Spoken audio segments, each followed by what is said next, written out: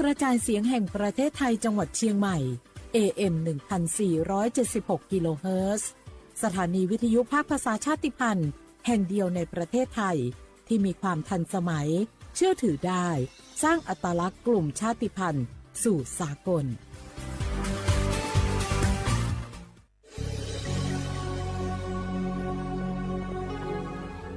เกิดเป็นคนไทยเติบโตบนผืนแผ่นดินไทย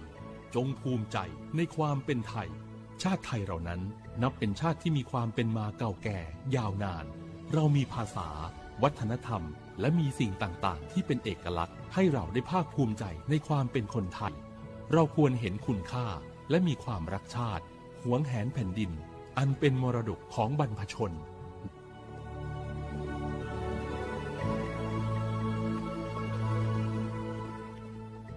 โอโบดะจ้าโอมิชเปอร์เมืองสุงคาปอกว่าย้อซงอุดูธรรมา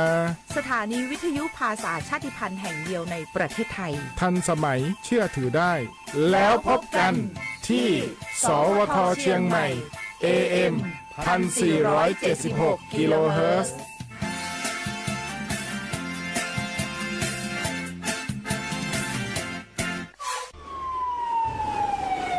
อามิตุเวเจโลกอดะเกดะวิมุหอซาติผาโอยะอดูทะขอปิยาเวโนฮุชยาลาไทมเมียวนาติตอพ่ออามิตุปุตุแลติชลาไลกาปุวิชแลมาโอเวกอดสเปเซแลงาคือชอยาเฮปุเฮคอโลจาจากะจาแลอามิขอตุกเวทะปาโตเทลาเวและงาคือติจามือจักอติสามามีมาโกติมีเฮคออามิตุกเวทะปาโตอามิตุโตลาวิเจอามิตุแลโตลาตาวิมุขอซาชเดคาแลมาดาวิมุขอซา PM 2.5 แพเกแลกอแลติลาวิกอตุอุจาเวงาคือชอยาอานาชเดผาทะปาโตอาสากะเตขอย่อใหญ่เวเจอชโพซัดเซเวอานามาเลอานานิมัสอานาและอุนอเนลูไกเวเจสถาบันวิจัยวิทยาศาสตร์และเทคโนโลยีแห่งประเทศไทยงาคือไทยมีชอติเกนิมาลาเซจาดะและอามิตุเวคาเปเจอาเวกอดาเกดาวิมุฮอซาติผาเนคืออยาอดูติผาทะขอปิยาเวเตจ้ามือจักกอติติผาทะปาตอมาดาวิมุขอซา PM 2.5 ชะเดผามากาโตลาตุอโปโครงการนโยบายชะเดผาทะตาและกาลาตาวิแลสำนักงานการวิจัยแห่งชาติอโมแพวิโยงาคือเจ้าวัดจิ้งใหม่ออกข้อต่อกือติออกคโลโฆษณาติผาคือกาเวลโกจ้าดาลาแพวิโยอลโกงาคือจิ้งใหม่ออกคโลเวสถานีวิทยุกระจายเสียงแห่งประเทศไทยจังหวัดจิ้งใหม่แลออกข้อต่อเวสายาติผาสู่ไกเวกาวูจ้านอคือและโฆษณาติผาคือกาเวลโกจ้าดาคือโทรศัพท์นำบัตรแนะ0 5 แซนี่สือขอ0ขอฮีไม่ให้เลกะ0ก้อนี่อ้อขอฮีงาสือก้อโทรศัพท์นบะชเวทะจ้าดะและโฆษณาติผากุลาเพวิโย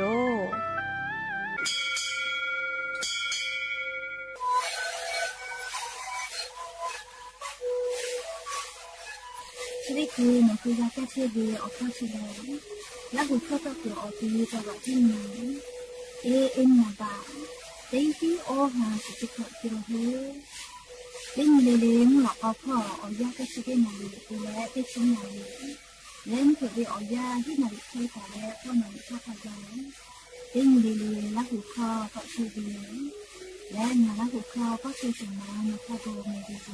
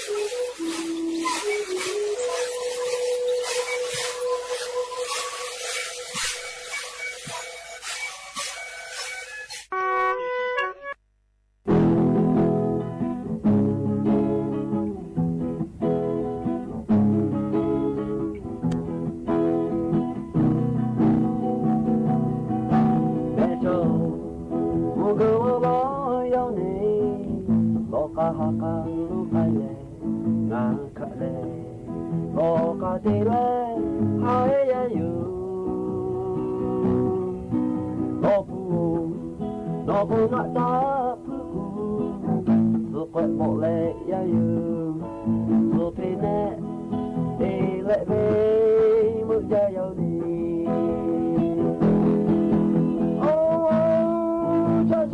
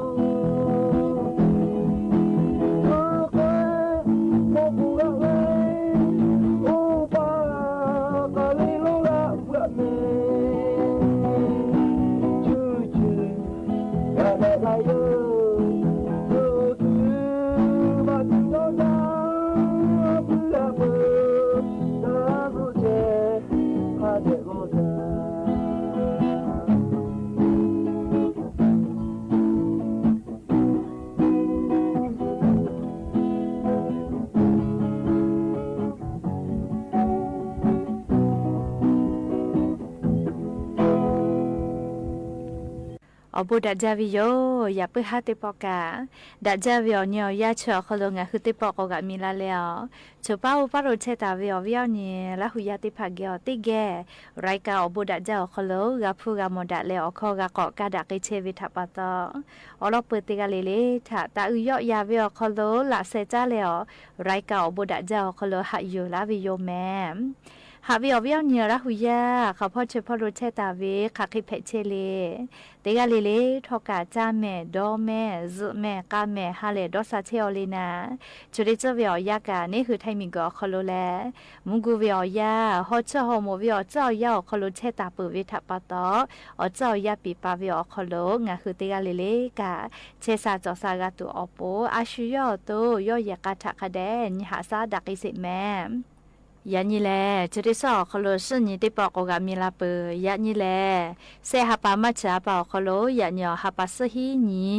วูนี่ซึ่งนี่เผยโยและจะขอการนี่ฮีนี่จะขอ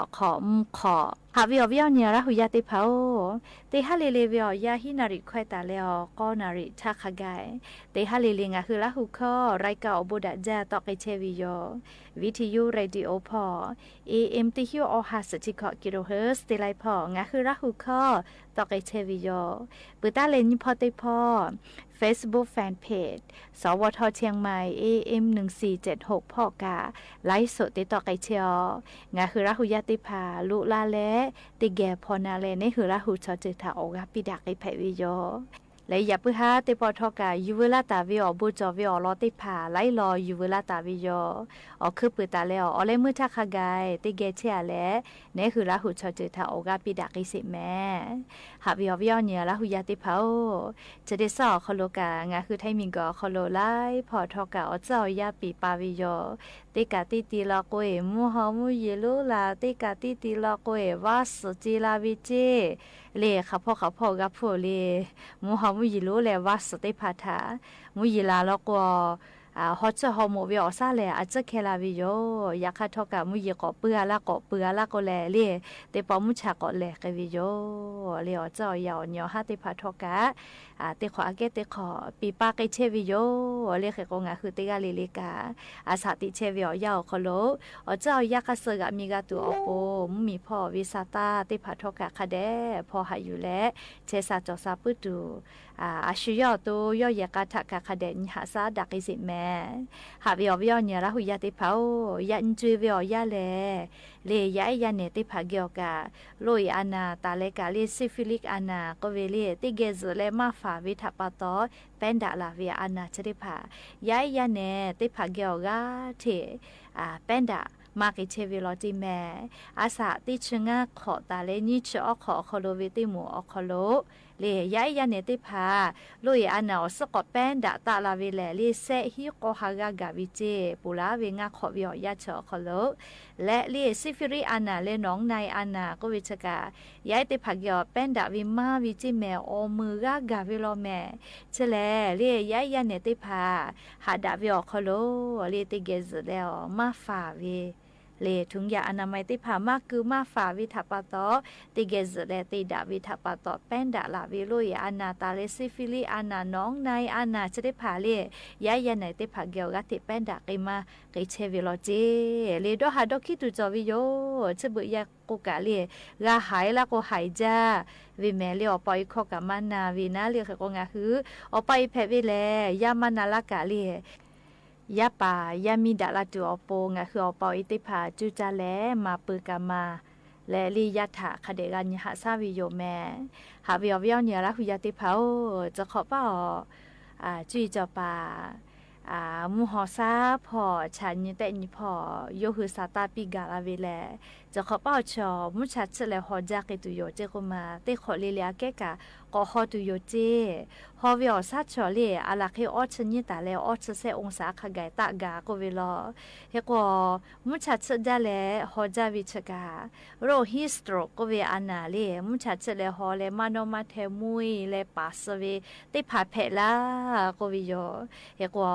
อบาวกาติจาวิให้งือมือจากอซากากาจาวิติเผาปูดอหาดอคิตุจอวิโยอีกะมาแชคเดดอเลกาคเดเจจิแมเรียกว่าญาณิเวทยาทาจะขอเป้าฮอวิอซาตะมาจาตุวิอติติผาจากกัวลาโกเลจังหวัดเมฮอซอจังหวัดลาปาเลอจังหวัดตากเดียวตีชได้เผาโคโลเลชัวเกฮอจาวิอซาตะมาตุโยเจกุมาเฮกงะคือวิอเนี่ยละหุยาเลเมฮอซอกะเชมาจังหวัดตากะเชมาเลลาเป้ากะเชมาเรียกก็งาคือเตกาลิลิกาซาตาพอหาอยู่แล้วในหัวตัวเราซาคเดจอแล้วเชซาจอซาปุตัวอโปเรียอายิติแม่หาวิอวิอเนี่ยละหุยาติเผางาคือไทมีกอคอโลเรียงาคือหมอทอกาเรียกแกร็บกะจาเชวินาโชโกจาเวเรียหมอทอกาติผาโชโกจาเวติผาเตกเชวิโยเรียกโกปุลาวิอยาแลโชโกจาวิกาแต่ก็แลเรียกแกร็บติผาชอเมมักคือตาเจก็มาเรียอเมมักคือตาเจมาจดทะเบียนเวทปตชนิดคือกรมการขนส่งทางบกพ่อนะเรียงาคือมอทอกาเรียกแกร็บกะจาเชวิชติผาเรียระบบอคอลเชตัวอโปเรียติปอตีคาเดกาจดทะเบียนวิเจเรียงากางาออโตเรียโชโกจาเชวิแต่ก็เลยกาจดทะเบียนวิจิมอทอกะคาชิโยเลกากะคาชิโยมากะเตวิลโกเลียตานุติผาแต่กะปุวิลโกแลอายิเตตุโยเจเลกะชาตุโกลอเมเลกะกอวิอนี่ลาหุยาติผากะแกร็บกะจาเชวิชอติผาแลมอทอกะเลแกร็บติผากะจาเชวิชอติผาลโกเลียวค่าสเลโนหือคาเดนะเลจะจดทะเบียนแม่ลีมือวิถามากะขาดตัวปู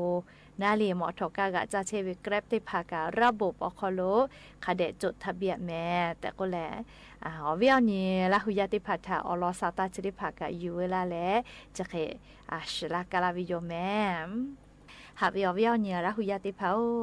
จะได้สอคอโลกาลิงะคือไทมิกอคอโลมุกุมุฮอมุยิโลลาตูโกวิโยเลไลกาลโกกาลาเฮลิมุฮอมุยิโลเตเลวัสกาจิลากอติกาจอวิโยฮอชอฮโมวิอซาติพาจะเคลาตุโยแม่ลิมุยิจะเคเตลาลาโกยาคากามุฮอมุยิโลลาโกวัสกาจิลาโกเลลุวิอจะติพากาลาวิโยแม่เลคาเคโกทอกางาติกาลิลิเกโลนาวิกอวิลูวิซิวิอจะติพาคาปุยกาจอไกโปไกปิแม่และยันยิกาเลยูเวลาตาเว มุงกูวิออยาฮอเชฮอโมวิออยาชอคโลเลงาคือมียาติผากาฟาตาจอวิอานาเลแป้นดักไอปื้อวิอานาลู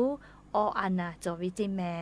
เลแพ้เอากะก็แพ้ปื้อวินะเลเฮก็อลอติอานาแลโรไวรัสนี่ปาก็วิกะเจเลมิงก็โคโลไลมีทอกะอานาจะได้ผาก็พวกขอลาเลก็แพ้วิเจฮอนาเชนาอุโกนาเล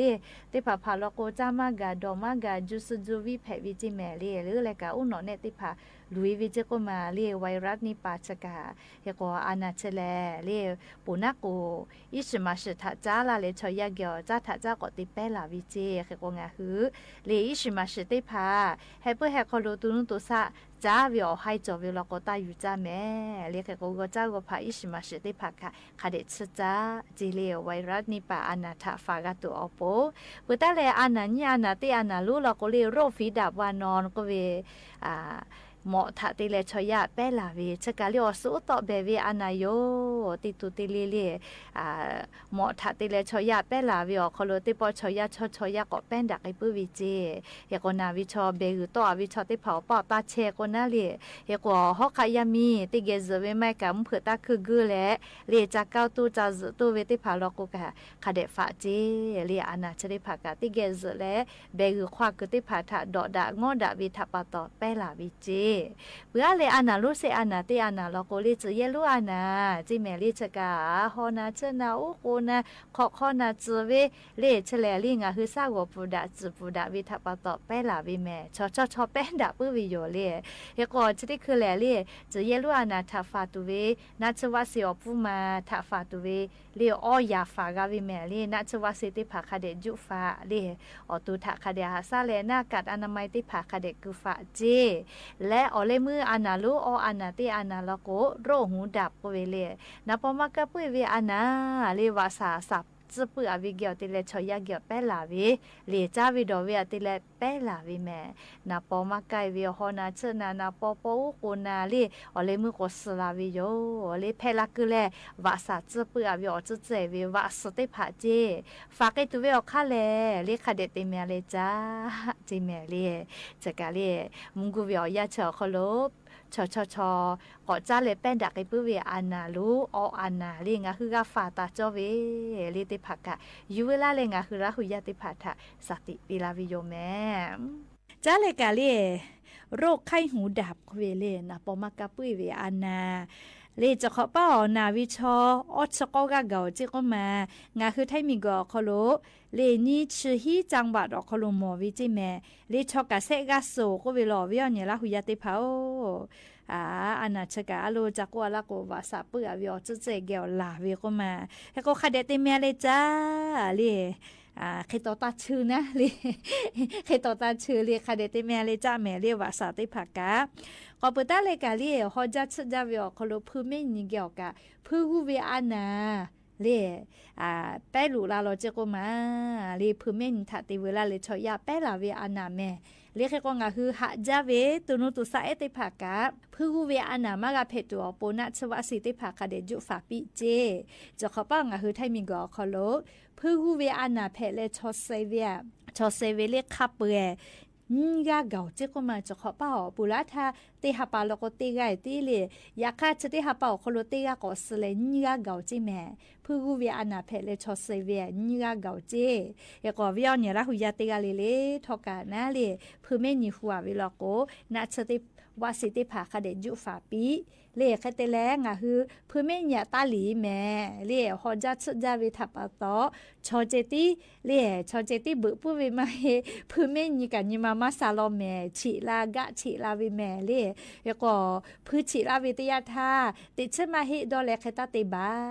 เล่ผู้เฉียกอกขวากอเตียวเอาขุดติมัวกันเลยซาเปแซ่เลยฮัตสบาเลียวผู้มาต่อมาจอแล้วก็เนี่ยคืออสจ้าอคโล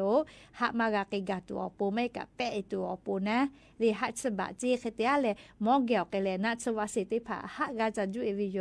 ติชมาฮิมาเกียวดอวิทัปโตงาคือไทยมิงเกอร์เป้าจะขอเป้าผู้เวอานาแพเลชอเลนิกาโซจิแม่เรียกก็จะกางาคือติกาเลกาสติตากาตัวปูนะเรียสติปิลาวิโย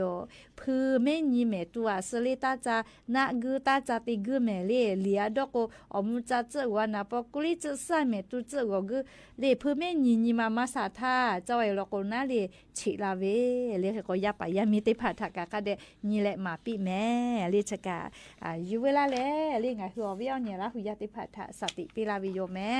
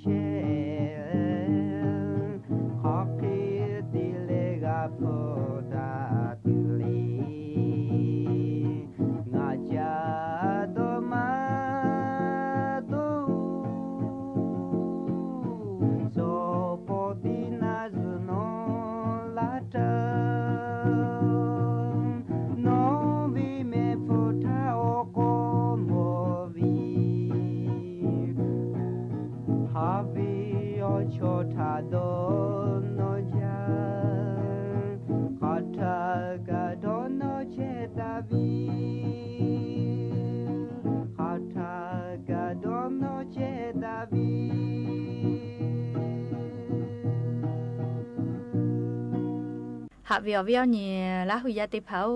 เฉบุติจือกุกาดอหาดอคิดดูก็ดูเวียวจือติผาจอมาจ้ายายดูไอติผากาเลีชูเวอานาติผาเพมาวิจกุมาเล่อลอโกช่วยเวียวจือจ้ามาวิเจโทรศัพท์มือถือใจเวมเผือตาคือโกยเมื่อมาเจอเล่แล้วก็ย้ายติผากาที่ชูเวจิแม่เล่ชูชัวละโกยย้ายทักไกกะบาวะอานาติผากาเพอาลาวิเจเล่บาวะอานาชอมอเจติเพปื้อวิมาฮิโลเมเล่ย้ายกะเพปื้อวิโยแล้วก็ย้ายด้วยติผาช่วยวิจามาจาโทรศัพท์ใจวิมเผือมาเจอมาอูเตวิเล่อเลมุลก็เลออตูชูเวนะชัวละก็เลอานาไลยาก็เพตอลาเวเรียกก็งาคือปอยติผายาปายามิถาดอกคาปิสติปิจิแม่เล่จาวิดอวิพ่อชอจาวิออจกะจายอไกเจเจเนี่ยคือไทยมิงก็คอโรชติคือแลช่วยเวติคูจายอก็เชียววิแม่เรียแล้วก็ช่วยเวจาวิทัปตอเรียเมฟูอตุกะโมวิกะไววิเจช่วยเวจาวิแล้วก็กะอตุคโลชอมาเป็นดักไกปื้อเวอานาติผาเพวิกามาจาโลจิแม่อวิอนี่ละหุยาติเผาเอกองคือช่วยวิชกะจามาจาลอกวลูตุสิตุเพวิลอลีนี่คืออสอสาอโปเอกมามวยกาวิลอก ช่วยวิกาจะยอเปียเจหรือว่าเขาก็ไม่พูดกามาโมจิแม่เล่เขาก็จะวิออกคู่กาจะวิดอวิช่วยวิจะยอแลเล่ยาติผาทากาเล่สุดาเล่ออกาจอยเจจีดาเล่จะวิติกาตาตีจิแม่เล่เขาก็ยาปะยามีโทรศัพท์ที่มากันตัวอปอปอิติผากายาถาออกาปีเล่เล่สกุปีออกาสจอปีเจไม่เราก็อยากให้ติแพรเราก็เล่ยาติผาเล่โทรศัพท์มือถือตีนิวเราก็ช่วยเวติจาก็อบุตมาจอวิอจือจามาเราก็เล่ยาปะยามีติผาอตุชูเล่อานามาเป็นดักให้ปื้อเวเล่ยาติผาเกี่ยวกาแพกไกลาจิแม่เรียกก็ยาปะยามีอสาวสาวพ่อกาอานาแพละก็นอเนพ่อละเละเวพ่อจีอยู่ต่ออยู่กาปื้อหลีฮีเวละเละเวจะเคติผาทอกายอกไกวิจิแม่เรียกก็อย่างนี้งาคืออปอยติผากาอายุรอแม่ยาปะยามีดาลาตูมาดาลาตูในหัวปอยติผามาเวียเจติกามาแพลอเลติมาเวตาเหกาอายุจะรอแต่ก็แลเลียววิอเนี่ยละหุยาติพัทธะฉบติจุยายด้วยติผาเกียวจามาจาวินาเลียช่วยวิจามาเลียวโทรศัพท์จะเลมาซวิเลี้ยงผือเมื่อมาซวิจะเคติผาทับปะโตยายติผาเกียวเชซาจอซาพอลูกไกสิไกเชวิอรอติผาอยู่เวลาแลเลียงคืออวิอเนี่ยละหุยาติผาทะเกามาลาวิโยแม่และอย่าเพื่อให้ติปองาละหุคอปอเชเซมานะคะโบอวิอเนี่ยละหุยาติผาทะชิลากาลาติวิอรอแลจะเคยไม่เจติโยรากาพอนาเลอโอกาปิลาเทเวติกาลิเลทอกาซเมกาเมเชซาจอซาปืเลฮาเลโดซากอเลวิอบุอชติพาเดกาลิเลอคุโลคาเบียกาลาปิอบุจาเมโอ้ยฮาปงาปโกเวฮาปงาปโกเวโยมโนโคนาโยเวโยมโนโคนาโยเวยาโอเนคากาฮาชาเชกาทาฮาชาลาเชโนเมฟุจามอปิเชโอ้ยฮาปฮาชาลาเชโนเมฟุจามอปิเชโนเมฟุทามอปิเชโมเชเบโมโหมือลาเชเบฮาโพลือโคภาซึเช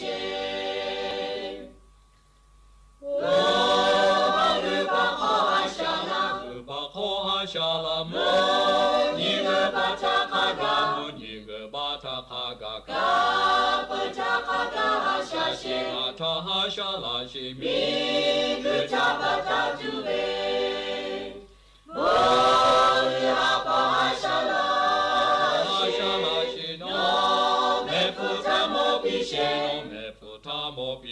โมโหมือบ้ามือลาเชเบโมโหมือลาเชเบฮาโพลือโคบาซึเชลาเวยาโอบิปเตยายาโอบิปเตยาเตจุกาคาปุยปเวเตจุกาคาปุยปเวชายโคปางาชาฮาชาลาไอโคปาฮาชาลาฮาเลโมมิกาจูเบโอ้ยฮาปฮาชาลาเชโนเมฟุทามอปิเชโนเมฟุทามอปิเชโมโหลือบามือลาเชเบโมโหมือลาเชเบฮาโพลือโคบาซึเชโอจิมิโคนาโลโกยูเลไอเบเทจอเบมาโกจูงาฮาจาเบนาโอยาคาปุยโนชาจิจิโมเบเตนิเลโนปาเจซึเชโนโอโอเจซึเชนาเวโลเจโรเลปิยาโคยาเชยุโลโนปาโลโอเจซึเชเตนิเลโนเกโจโลโตโยโตโยซึชามิกุเลชิอุซึธรรมโมเปยะบะหุโจมโนปุณกติจุโยยะคานาเบจุหะไคคุชิตุเบเตนิเลโนปะเจซึเชโนโอโอเจซึเชนาเวโลเจโรเลปิยาโคยาเชยุโลโนปะโล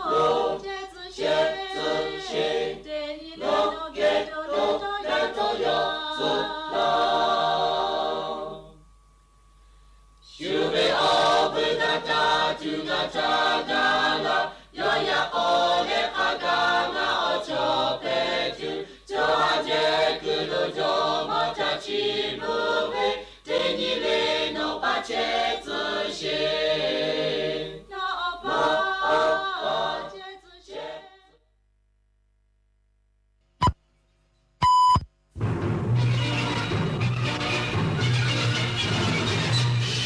สถานีวิทยุกระจายเสียงแห่งประเทศไทยและเครือข่ายทั่วประเทศเสนอข่าวต้นชั่วโมงรู้เร็วรู้จริงเกาะติดทุกสถานการณ์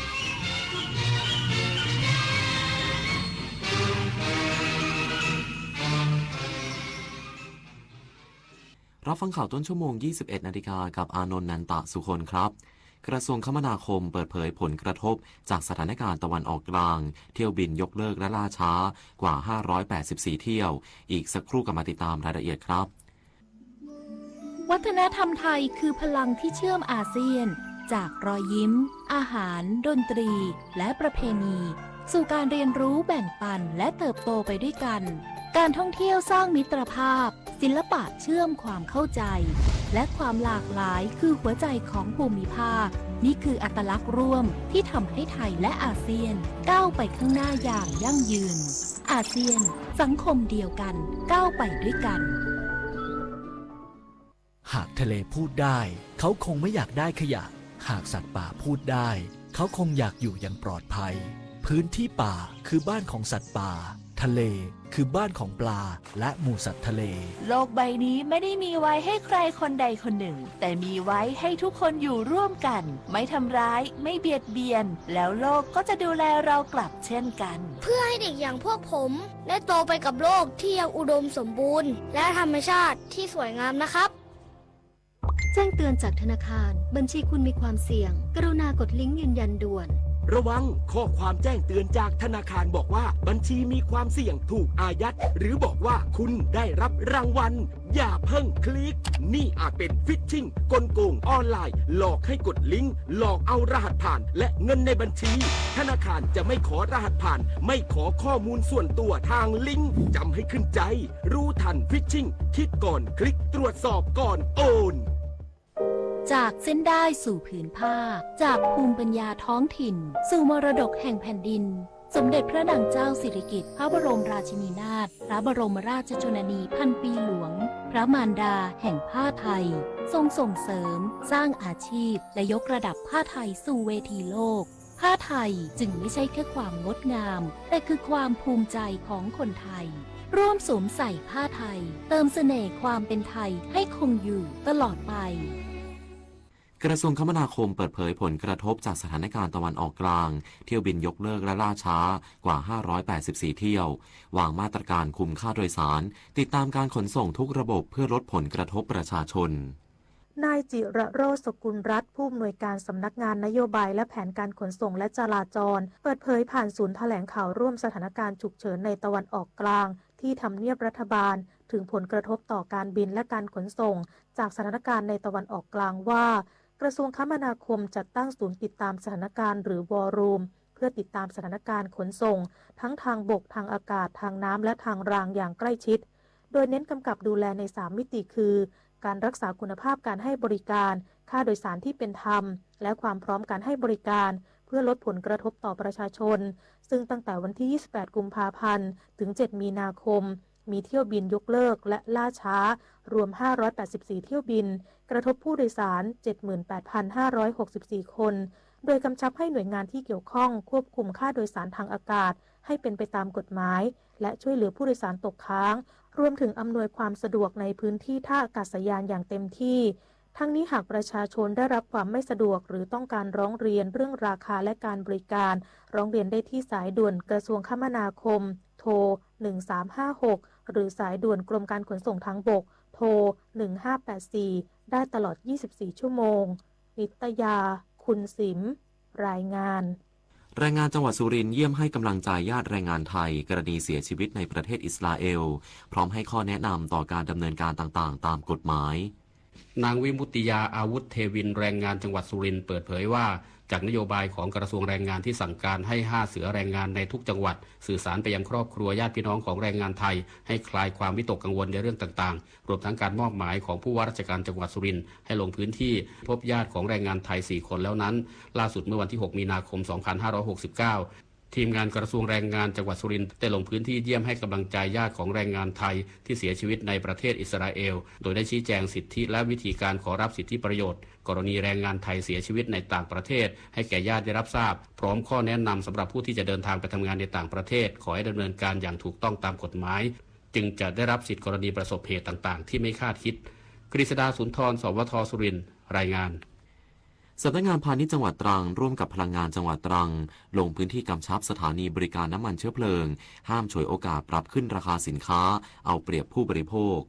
นางสาวสุภากิจเกลี้ยงส่งพาณิชย์จังหวัดตรังเปิดเผยว่าเจ้าหน้าที่สำนักงานพาณิชย์จังหวัดตรังได้ร่วมกับสำนักงานพลังงานจังหวัดตรังลงพื้นที่กำกับดูแลและติดตามสถานการณ์การจำหน่ายน้ำมันเชื้อเพลิงในพื้นที่อำเภอเมืองตรังและอำเภอกันตังโดยได้ร่วมตรวจสอบปริมาณน้ำมันคงเหลือภายในสถานีบริการพบว่ามีการปิดป้ายแสดงราคาจำหน่ายชัดเจนบางแห่งน้ำมันขาดสต็อกเนื่องจากมีประชาชนไปเข้าคิวเติมน้ำมันเป็นจำนวนมากกว่าปกติบางแห่งน้ำมันดีเซลปรับราคาจำหน่ายเพิ่มขึ้นเนื่องจากต้นทุนที่รับซื้อมาจากต้นทางมีการปรับสูงขึ้นทั้งนี้เจ้าหน้าที่ได้กำชับผู้ประกอบการห้ามฉวยโอกาสปรับขึ้นราคาเอาเปรียบประชาชนและขอประชาสัมพันธ์ไปยังประชาชนผู้บริโภคอย่าได้ตื่นตระหนกเนื่องจากสินค้ามีปริมาณเพียงพอ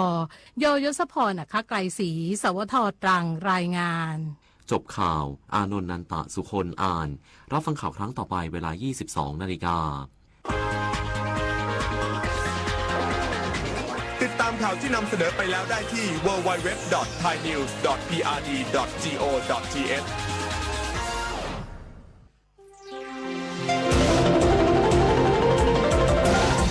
วิทยุแห่งประเทศไทยให้ความรู้กู้ความสุข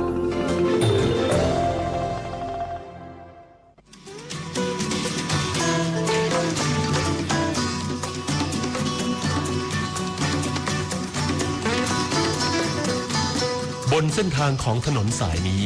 เรามีบทเพลงเพื่อชีวิตดนตรีกวีศิลปะวัฒนธรรมวรรณกรรมมาฝากคุณทุกวันเสาร์และอาทิตย์กับเราที่นี่ถนนดนตรี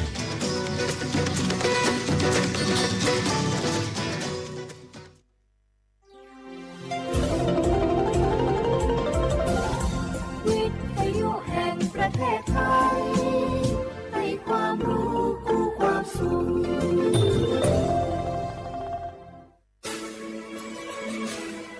สถานีวิทยุกระจายเสียงแห่งประเทศไทยจังหวัดเชียงใหม่ AM 1476 กิโลเฮิรตซ์สถานีวิทยุภาคภาษาชาติพันธุ์แห่งเดียวในประเทศไทยที่มีความทันสมัยเชื่อถือได้สร้างอัตลักษณ์กลุ่มชาติพันธุ์สู่สากล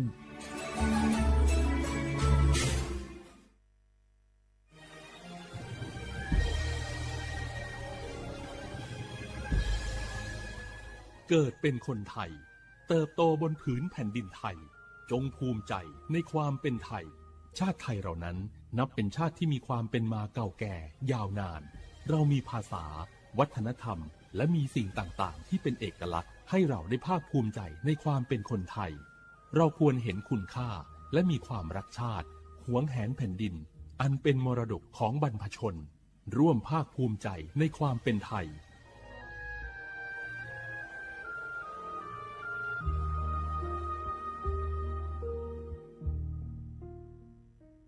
สปสชงาเสียงเนเยสีละเฮโยกานาลุเจทมาบินนาลาวสิจกากาบิเมเฮอบัดทองยาเดกดูเฮลวยเมซามีอาบูซาพิเลอสีละตาพอที่โกละเฮอามีอาปุโคลาซาเลญเมซาโกเสียงเนนีหวงเกมาทาเจเลนีลาซาลัวโยกานามาเลงนาโกนาเดเฮบาวานโกเชงาโคละตาเดโยฮามาชอบานยาเดทาลัสเมียนาเดนาโกโลคุมเจจอยเดโลกเอสนาโกนาโดลาเดฮอทียากิโลเจยเดสิญญาเจมอนาสปสชติซุมจำยอสปสชเขตหนึ่งเชียงใหม่นากาจำยองาซุมนีเยงาซุมงาปายโยดามโอเด那个地国这么这么，你妈那个那路的那个地松你松，有个那路个都没得。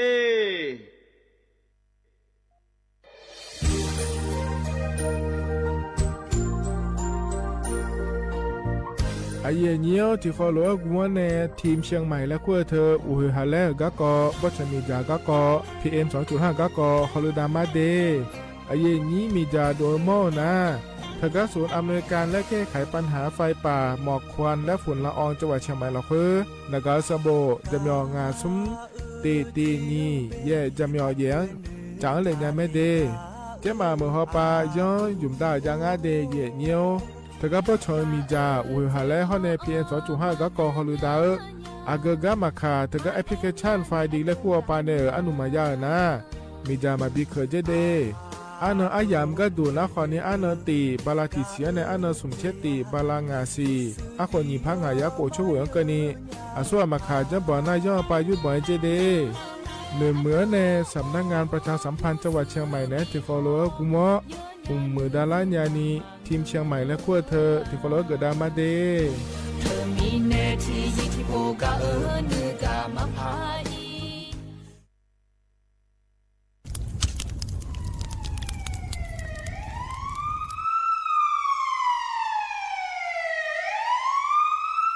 สิญญามาโล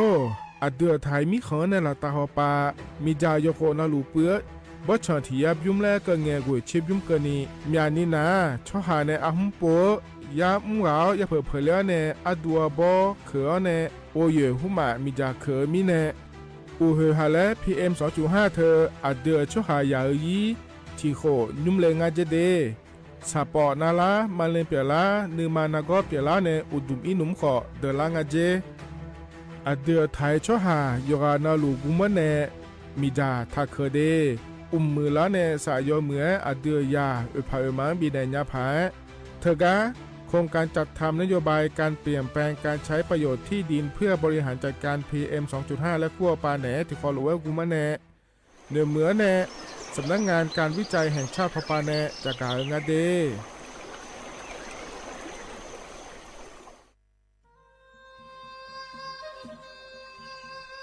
ยอโปนาลูเฮตาฮอดาเง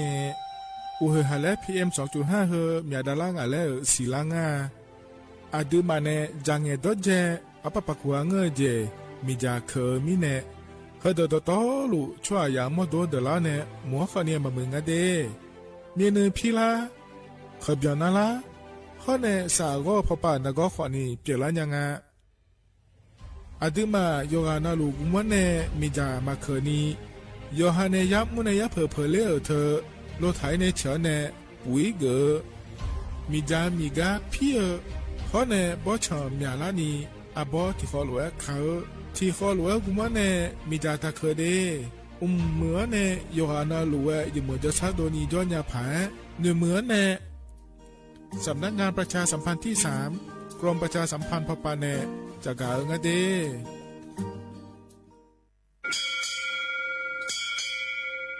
โอโบดะจ้าโอมิชเปอร์เหมือซุงคาบอกว่าเนื้อจงปดูธรรมาสถานีวิทยุภาษาชาติพันธุ์แห่งเดียวในประเทศไทยทันสมัยเชื่อถือได้แล้วพบกันที่สวทเชียงใหม่ AM 1476 กิโลเฮิรตซ์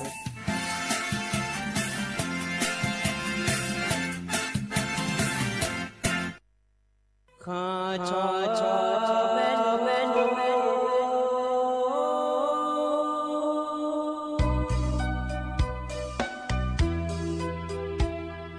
จะนี่จอผู้เลี้ยงดอกทุยคาเบจะนี่จอมเลี้ยงดอกชอยคาเบชอบพามาสิจอชาโล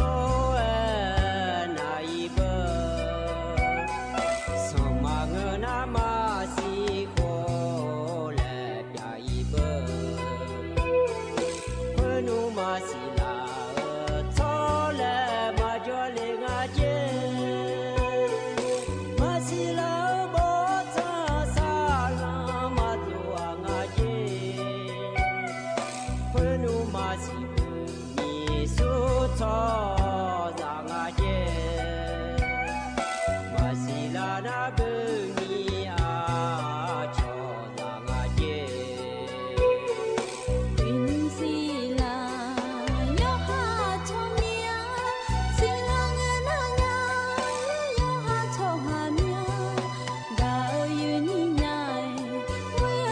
悄面，不来有年度面，莫来悄悄来，阿杜扎尼，地铺马真来，小妹爷娘我地东马大，扎尼悄悄来，阿地个浪鱼面，伊那呀毛叫呢，当爱悄大马，嘿。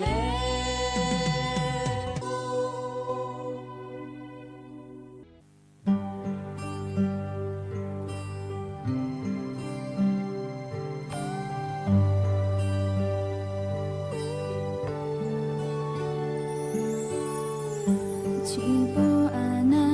月月拉美，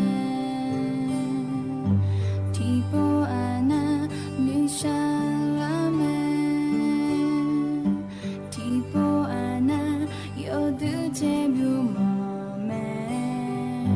你才来嘛别来米呢，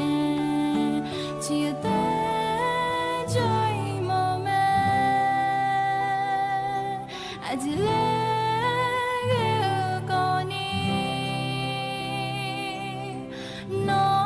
这来来嘛不讲他秋季，乌夜夜个来讲侬太阳，你设计个来讲其他的美，你也被为我女少你。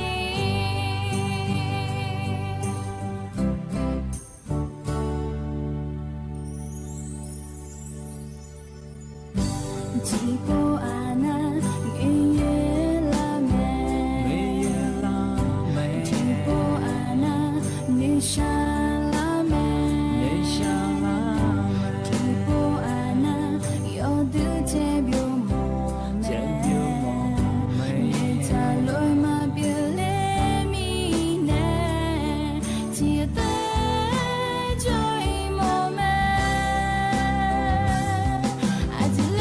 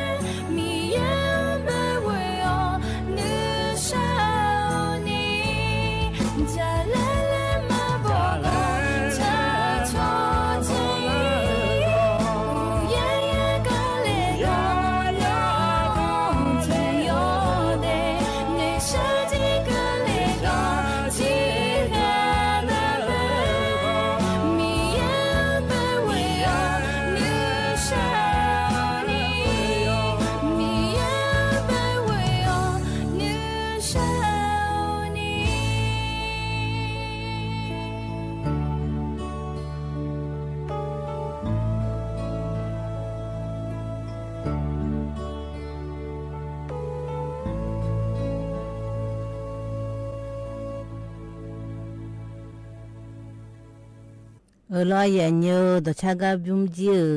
ani bo mane aso le kuije na tiana yohan le kunga yanya taga cho le chang ta nya yo na ni na ha byo du lo ya nyo he du tama uti pho ko ni wa na lu lo ya nyo ma yu ka de ne ge ที่เดินเอาจะได้โจดูโลน่าก็มาอยู่กับดูเนี่ยยาโจต่างกันเนี่ยกันตากุยล้านเนี่ยบาเชื่อหลักกันนี่ร้อยอย่างนิ้วที่โคโลจะได้มาอย่างนิ้วอย่างนิ้วก็ไปงั้นมามุดูน่าร้อยอย่างนิ้วสถานีวิทยุกระจายเสียงแห่งประเทศไทยจังหวัดเชียงใหม่และงานอย่างนิ้วสำนักงานประชาสัมพันธ์ที่3กรมประชาสัมพันธ์และล่อนายยุ่งและคนนี้ไอ้ยังไงอย่างยุ่งและหน้าเบอร์สวทเชียงใหม่และงานอย่างเนี้ยให้คนนี้อันก็พนนะหาและพายดามาอย่างนิ้วกันในดานะก็พนนะหาน่าร้อยอย่างนิ้วบกเกอคนนี้เงื้อมาข้อคนนี้เงื้อAM ที่พายา17กิโลเฮิรตซ์และงานอย่างเนี้ยน่ะเฟซบุ๊กพนคนนี้สวทเชียงใหม่ที่พายา17กิโลเฮิรตซ์และงานอย่างเนี้ยให้กันในตานาที่มาขานเนาะเอ็นเนี่ยมาอย่างนิ้วอจิกละเลยรออีนอนะลองกละงายอย่างนิ้วสุสิบาลาลอมอนติโคหน้าถ่ายพอหน้าวันเสาร์อันนั้นหน้าก่อนนี้400อย่างนิ้วมีนาคมนิพังงายากูเชื่อหุย100อย่างนิ้ว100อย่างนิ้วนิ้วจีคนนี้ยังกาเอมีจิเลมไทยอย่างนิ้วที่โปติติไอ้ด้านเนี่ยมาก็มาเลยก็มีนั่นแน่ดอกชาติบิวเลยบินามาดอกชาติบิวกว่านี้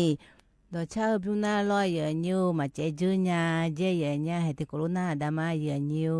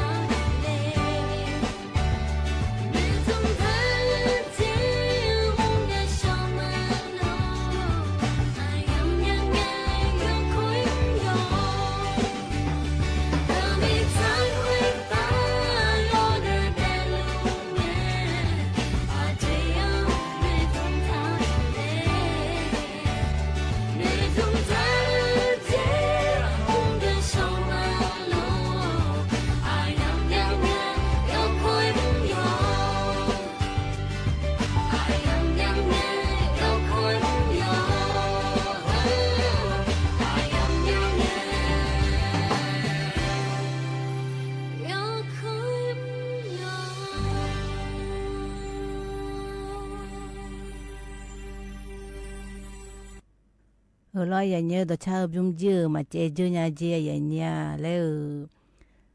yo nào na biểu đồ lo ya nhiều hay cái ta na cha gà gì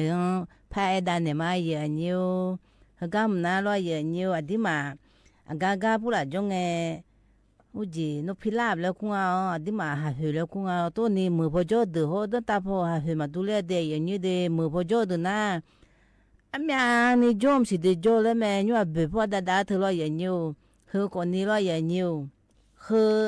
à chỉ lẽ em mồ lên na uji unyu à hà lên à nó phi lạp à hà chẳng à ya nhà nữ yo nữ le le lo thưa thà bì lên à ya nhà thưa bì na bang je bang lo thưa mi nè à đi mà nè wa sa ga nè bì le du còn ni le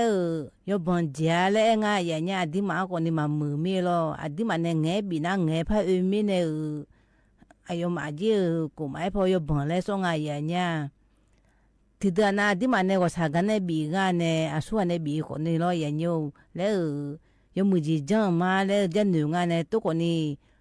mà nga ja ya nhà yo bang ji mi nè na nó phi la thưa lo ya nhiều hu gì mẹ ni jola na he đi mà chứ mà ho mu nhà chứ mà ho mu nhà thì gai mà ho mu nhà ja ya nhà nhưng mà bự tôi lấy mi giá trả phụ lá thưa tôi yo do tôi jo thưa lo na nó phi la thưa à chỉ na go nga ya nhau mẹ chỉ na go nga thưa mi nè unyu phụ la ăn nữ phụ la cho nên chứ ta thưa tôi thà bì lấy nga ya nhà ga chỉ phụ la bị la phá na thì chỉ na khaiวันโนเลยเจียอย่างเงี้ยหัวไปละเจน่ะอดีมาเธอไปเล่นหนุ่มผู้ละเรนอาศิละเจียอย่างเงี้ยบาฮัลโหลไข้สมองอาศิแล้วไงอย่างเงี้ยน่ะเยื่อสมองอาศิแล้วพับเบียแล้วไงสิน่ะที่มาสาวพอจีหัวมามือนิ้วพับเบียแล้วไงอย่างเงี้ยถึงไม่เนออุ่นยี่ผู้ละอุ่นยี่เล่มเงื้องเนี่ยก็อายุมาอาหารแล้วงาลอยอย่างเงี้ยอยู่มาจ้าเธออยู่นึกเลยจังเธอที่ปวนาบีเยอะแล้วตัวแม่เนี่ยตัวคนนี้ทาบีแล้วไงอย่างเงี้ยทาบีแล้วอดีมาคนนี้แล้วนักกอล์ฟละปีละงาแล้วแล้วโมเนี่ยบีน่าคนนี้อายุมาน่าบังแล้วส่งอะไรอย่างเงี้ยเดแล้วขอเนี่ยขอเนี่ยน่าเวลาสุ่มสี่งอย่างเงี้ยมาบีเจนี่เราสุ่มสี่มาบีเจนี่น่าสิดาก่อนนี่พัดตีละงาสินี่มึงอ่ะพาเลยโลน่ะตีแต่มังเงขอก็ดอนสิดาก่อพัดตีละงาอย่างเงี้ยกำน่ะอายุมันเนี่ยกูหมายพอเนี่ยกูรู้จะถ่างาลอห้องไงบ้านเนี่ยโอ้จีให้กูเนี่ยงานนี่พังอายาสุ่มเชิงงาให้กูเนี่ยกูรู้จะถ่างากำน่ะดีอายุมากูรู้มาบีแล้วลอยอย่างเงี้ยตัวคนนี้ตีกานาแล้วยามโมเมติเฮ้ยมาบินเย่มงาบินเย่ดันนูลีน่าคนนี้อายุมาเจียตัวจ้ากาเจมาละเฮ้ยตัวจ้างาอย่างเงี้ยตัวคนนี้เฮ้ยลอยอย่างเงี้ยเฮ้ยก็ดันนูเนี่ยอีเลยนะก็ป้าบินเน่เลยหุ่นเดินนะเบอเจียงาลอยเจียมีอะไรจ้าก็จื้ออ่ะจื้อชดจื้อมิสิชดจื้อไทยก็คือแม่จีเคยอย่างเงี้ยก็ทัวก็ดูชั่วหามสิอยู่ด้วยนุพิลาเวอชอนักท่องเที่ยวแล้วคงอร่อยอย่างเงี้ยอยู่ด้วยมาก็ทมน่ะไอ้ก็ดูเนี่ยอุ่นยี่ผู้ละบินเนี่ยดูเนี่ยรอยอย่างเงี้ยอาหารบินเนี่ยดูเนี่ยดับบุบิเดเลยมาเข้าไปถอเลยจนน่ะแล้วดักคนเนี่ยสุ่มเนี่ยจู่วันน่ะรอยอย่างเงี้ยก็อาจีนุพิลาเฮเลยยอละน่ะดับบุเดมงไงอย่างเงี้ยเฮมาแล้วน่ะก็ดูมาจ่อคนนี้อยู่หาแต่ถอยได้ถอยหน้าคนนี้ตัวเพมาอีเพนี่ถอยยังไงอย่างเงี้ยมาแล้วน่ะจีคนนี้ตัวจ่อทางอ่ะแล้วมาแล้วน่ะบิเจเลยแม่เธอจีตัวคนนี้อายุมาดันโนพูดอะไรยังไงมาจ่อดันโนพูดละมาจ่อน่ะก็อายุมาเลยเธอมีเนี่ยมาเทจีช่วยก็รอเดือมาเทจีช่วยแล้วอายุมาจีรอเทน่ะเทไม่อยู่มาจีอยู่นั่นเอาตัวมาบีเลยรอมาขอถอหน้าคนนี้อาจีตัวเพถอคนนี้ก็เดืออาจีอุ่นยี่เดือมาไปจ่อคนนี้มาแล้วน่าถอนยาแล้วก็แม่อย่างเงี้ยตัวคนนี้เฮ้ยนุพิลาก็ตัวจ่อก็บีบีอีแล้วที่อุ่นยี่พูดละอาหารไม่เธอทำบินเน่แล้วไงอย่างเงี้ยคือคนนี้อาจีก็กองอะไรอย่างเงี้ยเดอาจีคนนี้นุพิลาหัวหน้านักก็พูดละแม่นี่จะมีอะไรมาเอาดอกเพชรทะเลเพลแล้วไงอย่างเงี้ยคือคนนี้ ยาจะได้เนคนนี้กลังมาเดกันในตาหน้าที่ตีร้อยอย่างเดียวก็ไม่อยู่โจ้นายเอ็มมาเอ็นนี่มาเรียนชนเนี่ยคือหูรู้ยังไงอยู่นอนเอาเลยถ่ายมีร้อยอย่างเดียวฮึมก็ฟุ้งพีเอ็มบิกาคาเลเลยแม่อย่างเงี้ยก็ไม่น่ารอที่มากูทุกโจ้คนนี้เลยมีจะมาคืนนี้บิกาเอาเลยแล้วไงอย่างเงี้ยจีพูดอะกูรู้มันจะคนนี้มาคืนนี้ร้อยอย่างเงี้ยมาคืนนี้นะจีพูดอะกูรู้ขาพูดอะกูรู้ขาเนี่ยยาก็ข้าใจยันนี่ข้าก็ข้าอันยันนี่ร้อยอย่างนี้ฮิวรู้จันดามาเลยไงอย่างเงี้ยนายฮันเนี่ยจังไงดเจฮร้อยอย่างนี้เฮ้ยมิชาพูดอะกูบิเจเนี่ยอยู่อดีมันเนี่ยจีพูดอะกูข้ากาล้อเสียลูพูดอะข้ากาดอกแพงก็ไปบิเจอีเนี่ยปุยบิเปล่าเลยกูรู้จันดามาเลยไงอย่างเงี้ยจีมิเนี่ยนะกูรู้จันดาร้อยอย่างเงี้ยมิชาก็ยอมมือเลยก็จีน่ะมีจะมาคืนนี้ก็อ้อยน่าร้อยอย่างนี้ที่มาสาวคนนี้ยอมมือเลยก็ทุจโจคนนี้ล้อมือโจคนตั้งตาโจคนนี้อยู่อันนั้นนี่สายมือเลยอย่าบิวงานเนี่ยหูบ้าผ่านมาก็ตัวรูปมือมาเจอย่าเล่นแต่ดาราก็ตัวนี่ล้อน่ายอมอันเนี่ยเขารู้เชื่อดูละยอมมือพาเขารู้บินไงแล้วเชื่อดูละนะสถาบันวิจัยวิทยาศาสตร์และเทคโนโลยีแห่งประเทศไทยและไงอย่างเงี้ยยุ่งเลยนะวอเลยล้ออายมาคนนี้พวกนี้ว่าไปโชว์บาลังอาสิติโปล้อสำนักงานการวิจัยแห่งชาติและยุ่งเลยนะวอโชว์และไงอย่างเงี้ยที่ก็รู้โชว์บาเนี่ยอายุรู้ฝุ่น PM ก็บิกาโอเอและที่จื้อโคโชว์บาน่าล้ออย่างนี้จอนอันนี้สายมือแล้วแต่บิวว่าผาเดี๋ยวจนบิจาผายแล้วไงอย่างเงี้ยแล้วน่าฟูพีเอ็มเฮอคนนี้บิกาบิวผายแล้วเฮอคนนี้แล้วที่มาคนนี้มาคือแม่เนี่ยอันยังเฮยันทักคือแล้วทำมีรอยอย่างนี้ที่มาคนนี้ห้องเงคนนี้อันแม่หูแม่อย่างเงี้ยกูรู้ชอบบ้าจังดันเนี่ยละรอเฮอคนนี้อยู่ว่าน่าเกินคือมาอย่างนี้รออย่างนี้ก็จะแต่น่าจะใช้ที่บิวเลยบินามาอย่างนี้ก็ใช้บิวน่ารออย่างนี้ดูแต่ดอลูมาเลย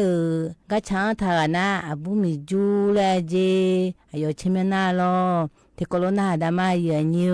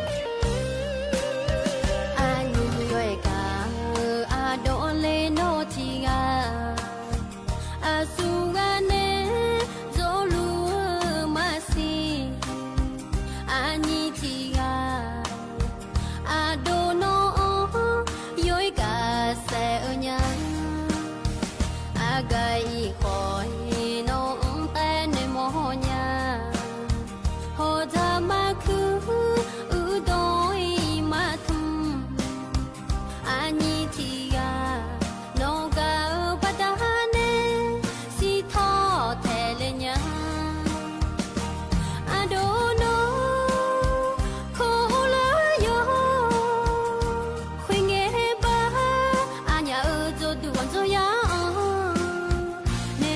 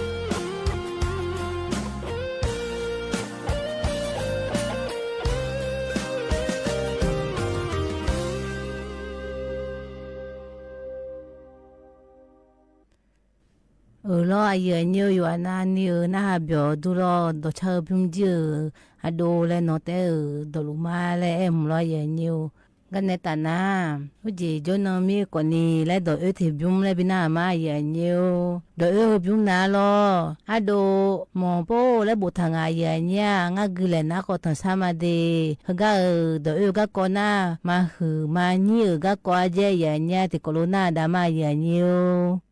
ngà do tụi na hư ba ấp hư mẹ sáng do ưu nhớ chơi mà mượn lo na thế cái lao này chơi mà cái đồ đồ cái lao này đồ sẽ chỉ nghe ăn xí ngà lẽ nghe ăn lù lên nhung na ngà na hôm nay na sắp sáng có giống à sắp sáng giống này na nhiều na bắt đầu thế cái ưu khá này thế cái do lù lên thế cái do này ưu nhung mình đồ ưu thứ biểu làm nhà đấy, giờ ở giữa cha hồi này mà sinh nhật bị gì ngà đấy, ở giữa cha ngày ăn liều đấy, đồ ưu dạng liều đấy, làm nữ này phải lại ngà lo, ngà chém na bố mày yêu là khui, mình nhiều na ngà phải chịu được, cứ ăn này nhá chị, giờ được bị dùng sạp phải đấy, ban này gửi lên ngà. Mà con nè bé son mi ô thử lư dùng mồi cha thì li phụ bé u nhiều ya cho mồi gì nhớ chỉ là thằng bự sữa là lông bố mò tí sa biểu mà giờ bien còn nhà bố chi sẽ biểu thủ có nhau cha bi lô phiang nên là nhà cái dạng phiang nào rồi lô phiang dễ đấy lô phiang mưa đấy phiang bạc phiang tao cái nàng phiang nào lô phiang li lên phiang li thủ đấy tôi ở ngã bốn à anh li thủ được cái nào hết gì lo là nước cổ nước chúng lấy cha cái gì chứ na hôm qua này na lúa mi chịu chọn ấy mi nè đi thưa ya bố bé à na thằng lang nó bò mi la yêu bố la yêu na ngã lo na ngã đa na xe ngã bò mi xe găng yêu khang đi ngã yêu khang sư hử lên mi sai nhung ngã phải được lo thế cái này là gì ngã cha chịu lo cái này là khuya yêu như được bị dùng chăn nhà phá cái này mà đội na ngán na hà cho na lộ cái một con đồ cái na hải mà như vậy thì hôm nay ba mỗi ngày thì na yêu đứa sang mà xíu này đã chú trọng na ayo đã anh ayo aliong lo liu lẽ nó mỗi giờ thì lẽ để vào nó sao nó mẹ nó té thì cho gió mà gió lẽ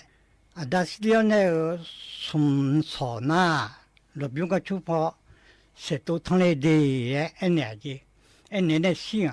xin na alo giờ đã xin na thằng na số mình là biểu thì gì mà bảo lẽ gì nàng đã yêu em ngà là ăn được gì mình lo bằng ngà mình mẹ lại biết cô lên na sa lệ khối là ăn gì nhiều mười nít tên này bà lệ thà na hơi món nhẹ này lên na ayo pha nhớ có quê na ăn gì thắp bà lệ ăn gì thắp bà mà lô lên na mà thắp bà biển cho con nó ngà chỉ mình mà khu lo na mà thắp bà lệ ở gì ăn gì nhiều mười thì mỗi nhịn nhẹ để mỗi chú mà lệ na anh này làm gì này nhẹ anh chết không biểu ý chủ sẽ bây giờ rằng nhưng ngày yêu là na chú ở cái na dấu là đi phá ở gì bơ mà rằng ai sẽ bơ na nói gì bị lo na chết không bị mày na lại chết không mía sa mi mà rằng lại chết phiêu bị phá anh này rồi gì na chết phiêu bị phá ai hiện nay cho sao phá bị phá phá ở là na phá chua liao mà giá gì hay mà rằng ai đi phá gì là yêu dân phẳng hơi na 阿诺切皮了有光明啊嘞，好傻逼好傻嘞，怕比怕鸟，怕伊那怕王哎，嘛咋子？哦，对啦面嘞，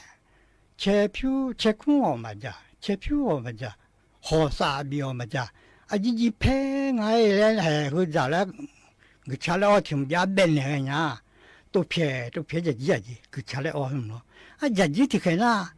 chế độ nga sư để chế độ là gì huy là đi phải già đấy người cha là ở nhà sư đồ lên ngài na ama chỉ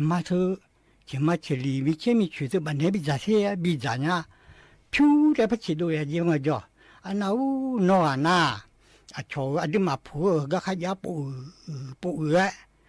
bị giả anh đi mong là anh ở na phiêu để sư để mà nè em ở đó ở nhà bộ giả na anh na bắt gì anh na giặc hàng này mà cho ông anh na thì gì anh mà na cho nhà bắt gì cho cái yên này na ô lại nó tôi ô bị na giặc hàng này miếng này cái này bắt gì cái này giặc hàng cái này đủ lắm nhỉ cái này đủ lắm này cái này te cho na song phá ở nhà mi cho cái bồi sa này anh bồi sa ở ali thì ở ra mi gare na aliu le ne ga sopa no jigare na no buong chwa le na hu le nga buong chwa le la mai nga bu na no phya su do jung jo ne phu lo jung ayo lo khe chu de nya ma lo le na ne ga sopa ne lo to lo ma nge na mi cha ma bin no the de nga ya mi ya le tôi lo cho na mi khó khó tôi lo cho na tôi dân nhà cho cho na à su ha bị mà đấy không có cái là mẹ là yêu mẹ là yêu chú sẽ nhà mà là sống phản mẹ anh này cái na liu cho gu này ôi này giá chăng là alu là sư lo đồ chung chúa này yêu lắm khế chủ tôi chỉ là phiêu lo chung này lo dân nhà cho na à su ha này bị mà là đấy anh ayo gang ayo phiêu nó là tê sư nó tê cho mình này rồi anh tê được na sư đồ chung tê chúa phiêu lo chung tê cái gì này bắt chúa na hè ô mà phải nhà bố là đàn này thà cứ là ngà là trong nhà cho lo ngà là giải yo anh nhớ cái này giải ngà giải na sửa lê na đi chơi ba đi na yang này yêu là na mà nhiều nó mà nhiều đấy nó thấy ayo nè bố chó nè ít chút khăn này cả người na cả mà người bé bị yêu na rồi thì nó y mà người đấy y nhìn nó y mà người đấy tôi trong ayo nhà luôn biểu sum nó na mà người là gì cũng chỉ thôi thì cứ máu đấy nó nhà gì à để biểu cho đấy ayo nó nhà khá mía này rồi đấy sẽ mía đấy na tôi thấy nó cái gì à thấy đấy mía ayo bố cho mía rồi đi lúc nữa này cho mà lo đấy anh này mà cái gì chết mình này chết thì số cái liệu chết như số cái liệu chết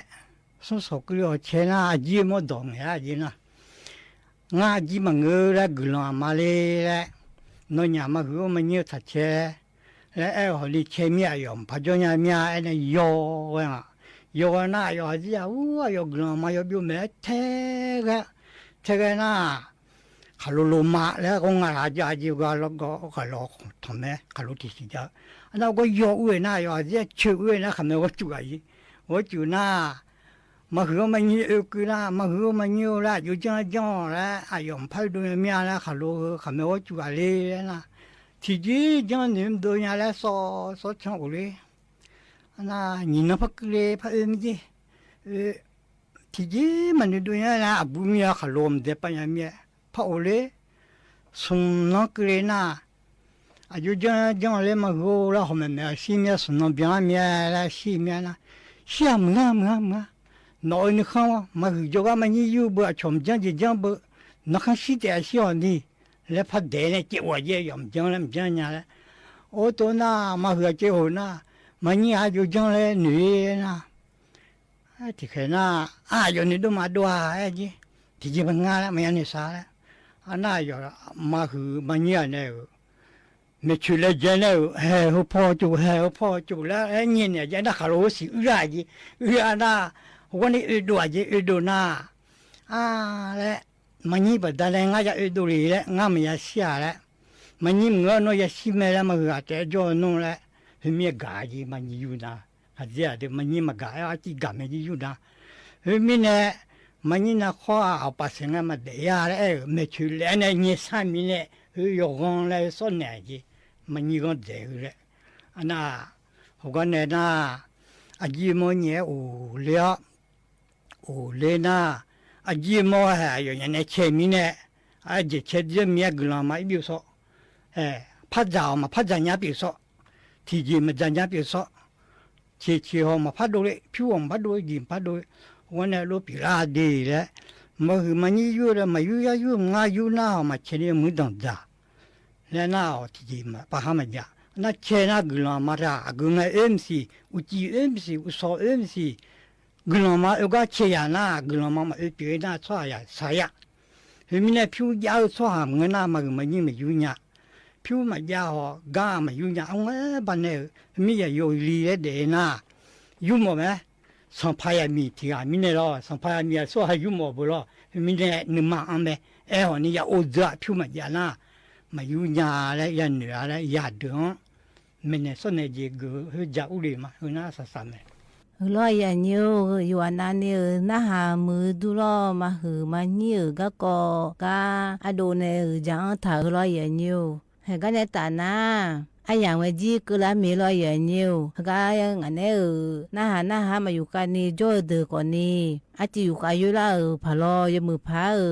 กันเนี่ยตาหน้าอยู่กันเดือมือพาอยู่กันเนี่ยอุศพอแล้วพัดจุลมาอย่างนี้นี่ส่วนหน้านี่อยู่เนี่ยอย่าทำจุไม่ดีอันนั้นเงินรอจนนั้นเงินงานน่ะกันเนี่ยหอยมาอย่างนี้กายามให้เจล่านะขยเช่าบินามาอย่างนี้ที่ก็รู้นะดามาง่ายกันเนี่ยหอยมาขยเช่าบิวนาลอยอย่างนี้บางห้วยไล่ในช้างทางอย่างนี้อายุบูดอในช้างทางเดเสดูกูเดกันเนี่ยแต่นางจีหอยมาอย่างนี้ดูทำมาอามาโนโทระบาดอ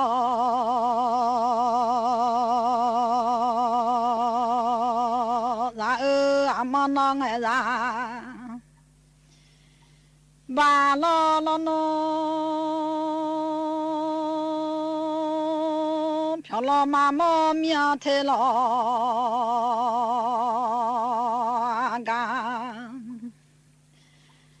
กาเลงจีดอมือ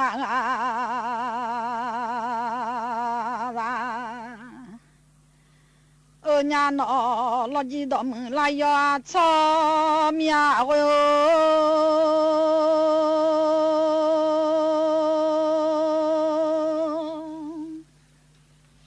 หาจีทุ่มมาสิเลญาเด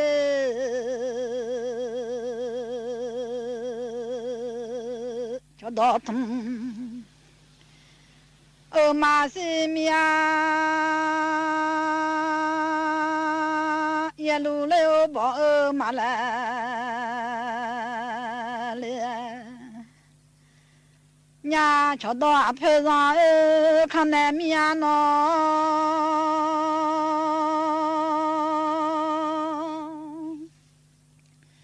ชดอทงเลยเพซาคันแนยาลูบ่เลลอโนชงมาเยทาโชลาบีคันแนมียาอามากาพอที่โทมาอีเลญาโอ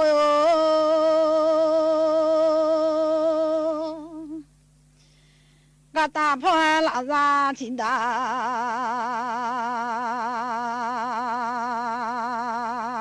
มาเลมียา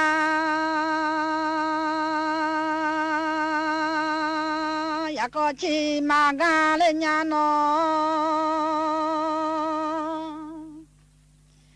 这个了呀一嘛喏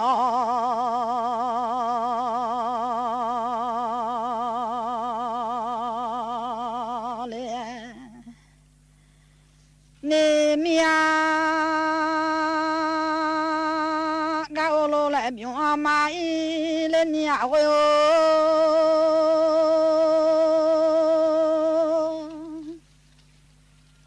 ga ta lô gia sĩ mà nó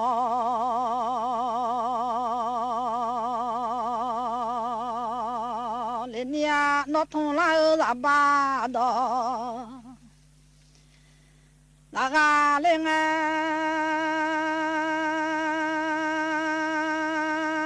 ra sang ở ba chị ở thằng trẻ mà ngà lên nhà ơi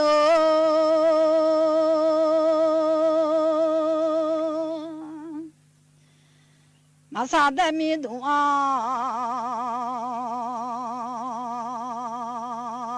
lọ mà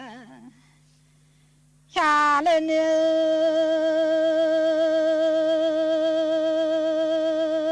sao để mi đúng lọ cha nghe không bao giờ lo miệng ta mà lẽ ra làm mi lô lẽ miệng nó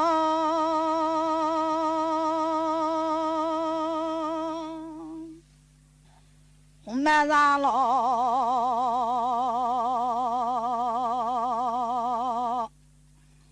đông già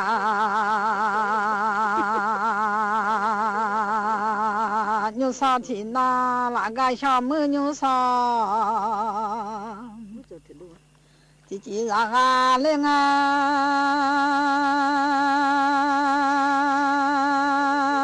là nhìn chân gió mai ngắm mà thì được ra nó sáng thoát ra là ngắm mà thì mua ngơ ngang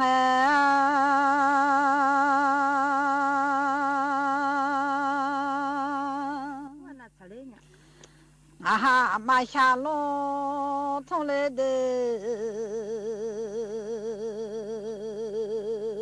à xa ra mà xa lô lô thông lệ ga so leo à mà ga đỏ lên nó hai xa ra mà xa lô mà thông bơ la gà gà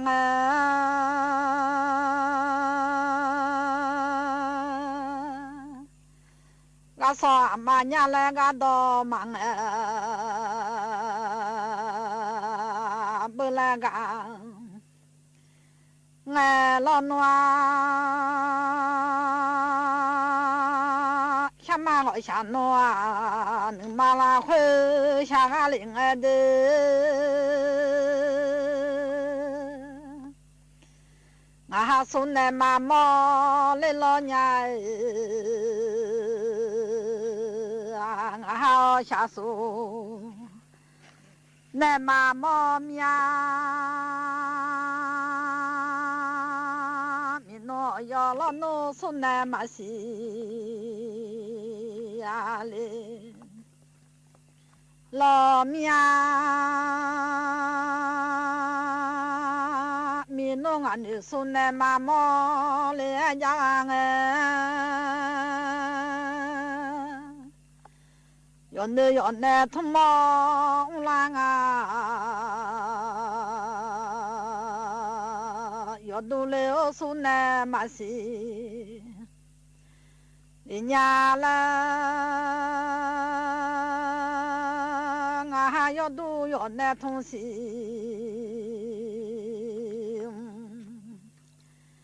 là ngà mà ý ra mi họ quê nhua cho ngà lo nô lê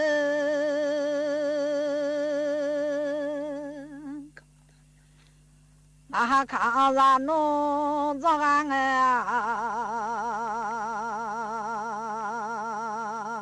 ngà đa mà khá 啊咱农庄啊，有处这边看农啥呀？啊嘞啊，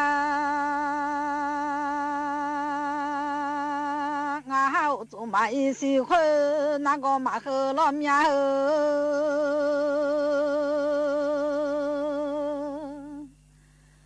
我想买一些活弄下上，马西嘞，老面啊，好大马看，咱弄着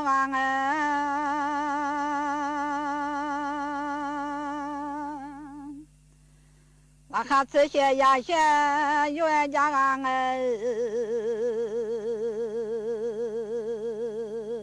的看把老子，些呀些原家喏，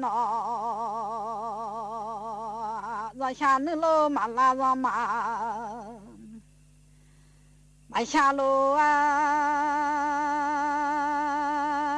把小女老马拉把马小毛家老面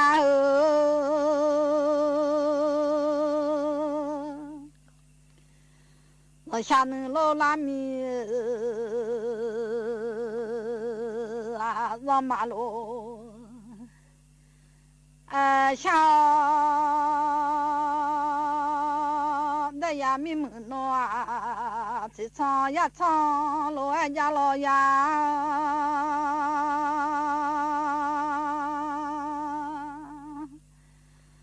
那老马拉米啊，叫的呀拉米么别家，马叫嘞啊，那老哈拉康。呀呀叫啊嘞啊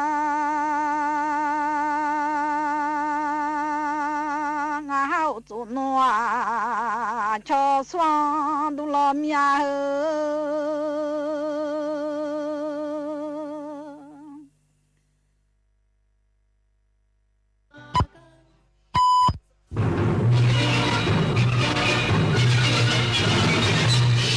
สถานีวิทยุกระจายเสียงแห่งประเทศไทยและเครือข่ายทั่วประเทศเสนอข่าวต้นชั่วโมง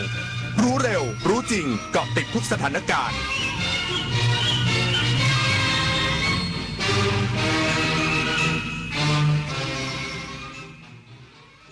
รับฟังข่าวต้นชั่วโมง 22 นาฬิกากับอานนท์ นันตะสุคนครับผู้อำนวยการโรงเรียนเตรียมอุดมศึกษาชี้แจงประเด็นห้ามผู้เข้าสอบนำเงินเข้าห้องสอบยืนยันมีจุดรับฝากสัมภาระอีกสักครู่ก็มาติดตามรายละเอียดครับถนนดนตรีไลฟ์เดือนมีนาคมใช่เลยขอให้เหมือนเดิมกับรักปอนสามพี่น้องบนเวทีเดียวกันไทยธนาวุฒิกบไมโครอินบูโดกันวันศุกร์ที่ 27 มีนาคม 2569 เวลา 18 นาฬิกาณห้องออดิทอเรียมถนนวิภาวดีรังสิตกรุงเทพมหานครติดต่อเข้าชมโดยไม่เสียค่าใช้จ่ายได้ที่ Facebook ถนนดนตรีเรายังเป็นนักเดินทางแสนอาลัยสมเด็จพระพันปีหลวงไทยทั้งปวงหมองหม่นก่นร่ำให้พระผู้เสด็จสู่ฟ้าสวรรคาลัยแนบดวงใจตามพระบาททุกชาติภพปวงประชาน้อมสำนึกในพระมหากรุณาธิคุณเป็นล้นพ้นอันหาที่สุดมิได้ข้าพระพุทธเจ้าคณะผู้บริหารข้าราชการและเจ้าหน้าที่สถานีวิทยุกระจายเสียงแห่งประเทศไทยกรมประชาสัมพันธ์แกดูสิครีมตัวนี้เขาบอกว่าตบปุ๊บขาวปั๊บสวยเปลี่ยนผิวใน1 นาทีรีวิวได้5 ดาวเลยนะตื่นค่ะสาวขาวไวขนาดนั้นน่ะหรือจะเอาสารประหลอดมาแถมรีวิวที่เห็นน่ะรูปตัดต่อหรือจ้างมาทั้งนั้นอย่าปล่อยให้หน้าพังเพราะความใจร้อนเช็คเลขอย.และดูรีวิวจากผู้ใช้จริงในแหล่งที่เชื่อถือได้เท่านั้นจริงด้วยเกือบหน้าเยินแถมเสียเงินฟรีซะแล้วไหมล่ะจะสวยทั้งทีต้องมีสติไม่โดนหลอกชัวร์เกมนี้เล่นเราได้เงินฟรีด้วยได้ไอเทมในเก มด้วยนะแถมถ้าอยากได้ค่าคอมเพิ่มแค่ชวนเพื่อนมาเล่นเพิ่มก็พอง่ายมาก เดี๋ยวก่อนหยุดเลยลบเกมเดี๋ยวนี้ทันทีนี่ไม่ใช่เกมเล่นสนุกแต่เป็นเกมกับดักของพวกมิจฉาชีพรู้เท่าทันเกมออนไลน์แบบลูกโซ่กับดักมิจฉาชีพป้องกันเด็กก่อนจะสายเกินไปเกมที่ต้องชวนเพื่อนต้องระวังผู้อำนวยการโรงเรียนเตรียมอุดมศึกษาชี้แจงประเด็นห้ามผู้เข้าสอบนำเงินเข้าห้องสอบยืนยันได้มีการประกาศและประชาสัมพันธ์อย่างต่อเนื่องแล้วและสนามสอบได้เตรียมจุดรับฝากสัมภาระจำนวนมากไว้ให้นายบุญยพงษ์โพธิวัฒนัทผู้อำนวยการโรงเรียนเตรียมอุดมศึกษากล่าวว่าตามที่มีภาพปรากฏในสื่อสังคมออนไลน์ที่นักเรียนที่มาสอบเข้าโรงเรียนเตรียมอุดมศึกษาสนามสอบเมืองทองธานีได้ทิ้งสัมภาระรวมถึงธนบัตรไว้ด้านหน้าของอาคารสอบเนื่องจากสนามสอบไม่อนุญาตให้นำสิ่งของใดเข้าไปยังห้องสอบว่าทางโรงเรียนได้มีการประกาศไว้แล้วตั้งแต่ต้นว่าห้ามนำสิ่งของใดเข้าห้องสอบบ้างเนื่องจากเป็นการสอบแข่งขันที่มีผู้เข้าสอบมากกว่า 13,800 คนดังนั้นต้องมีกฎกติกาที่รัดกุมเพื่อไม่ให้เกิดปัญหาการทุจริตอีกทั้งสนามสอบเมืองทองธานีเตรียมความพร้อมด้วยการจัดเตรียมจุดรับฝากสัมภาระไว้จำนวนมากแต่มีเด็กเพียงไม่กี่คนที่วางของไว้เพราะต้องรีบเข้าสนามสอบตามกระบวนการชวนันท์มาลีรายงานเจ้าหน้าที่ระดมทีมล่าชายชุดดำต้องสงสัยจุดไฟเผาป่าในพื้นที่อำเภอดอยสะเก็ดจังหวัดเชียงใหม่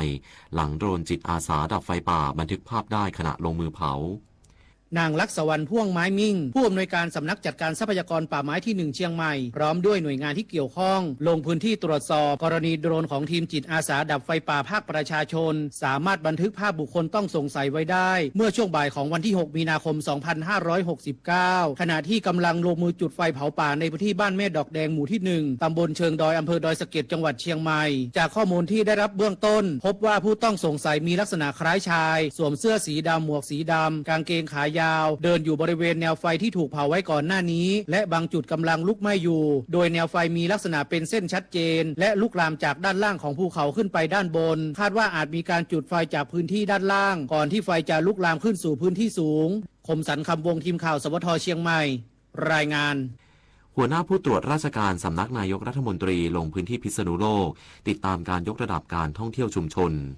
นายพิคเนศ ตาปวงหัวหน้าผู้ตรวจราชการสำนักนายกรัฐมนตรีลงพื้นที่จังหวัดพิษณุโลกติดตามการดำเนินโครงการสำคัญตามแผนการตรวจราชการแบบบูรณาการโดยจุดแรกคณะได้ตรวจติดตามการพัฒนาการท่องเที่ยวชุมชนที่ศูนย์การท่องเที่ยววิถีชีวิตชุมชนบ้านวังส้มซ่าตำบลท่าโพอำเภอเมืองพิษณุโลกซึ่งเป็นชุมชนท่องเที่ยวที่มีอัตลักษณ์ด้านวิถีชีวิตพื้นบ้านและภูมิปัญญาท้องถิ่นพร้อมพัฒนากิจกรรมท่องเที่ยวเชิงวัฒนธรรมเพื่อสร้างรายได้ให้คนในพื้นที่โดยมีการแปรรูปผลส้มซ่าพืชท้องถิ่นของชุมชนเป็นผลิตภัณฑ์อาหารเครื่องดื่มและของฝากเพื่อเพิ่มมูลค่าผลผลิตทางการเกษตรจากนั้นคณะได้เดินทางไปยังชุมชนบ้านหนองยาปล้องอำเภอเนินมะปรางเพื่อติดตามโครงการชุมชนล้อมรักภายใต้กลไกคณะกรรมการพัฒนาคุณภาพชีวิตระดับอำเภอที่มุ่งป้องกันและแก้ไขปัญหายาเสพติดโดยอาศัยความร่วมมือของภาครัฐผู้นำชุมชนและประชาชนพัทิราธรรมา สวท พิษณุโลกรายงาน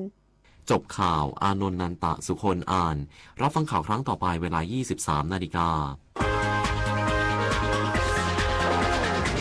ติดตามข่าวที่นำเสนอไปแล้วได้ที่ www.thainews.prd.go.th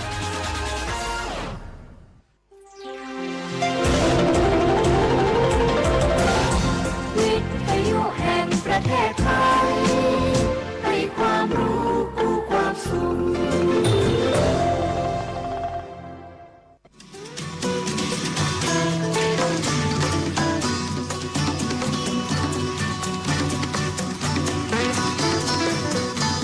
บนเส้นทางของถนนสายนี้เรามีบทเพลงเพื่อชีวิตดนตรีกวีศิลปะวัฒนธรรมวรรณกรรมมาฝากคุณทุกวันเสาร์และอาทิตย์กับเราที่นี่ถนนดนตรี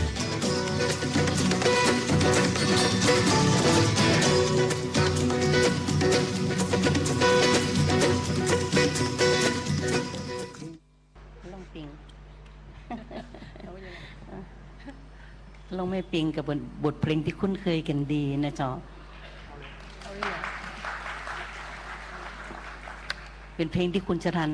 ตั้งใจแต่งให้น้องวิทยุแห่งประเทศไทยให้ความรู้กู้ความสุข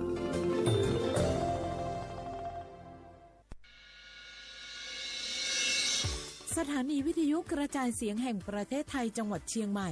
AM 1476 กิโลเฮิรตซ์สถานีวิทยุภาคภาษาชาติพันธุ์แห่งเดียวในประเทศไทยที่มีความทันสมัยเชื่อถือได้สร้างอัตลักษณ์กลุ่มชาติพันธุ์สู่สากล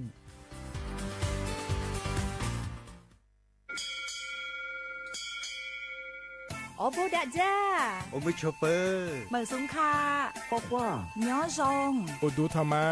สถานีวิทยุภาษาชาติพันธุ์แห่งเดียวในประเทศไทย ทันสมัยเชื่อถือได้ แล้วพบกันที่สวทเชียงใหม่ AM 1476 กิโลเฮิรตซ์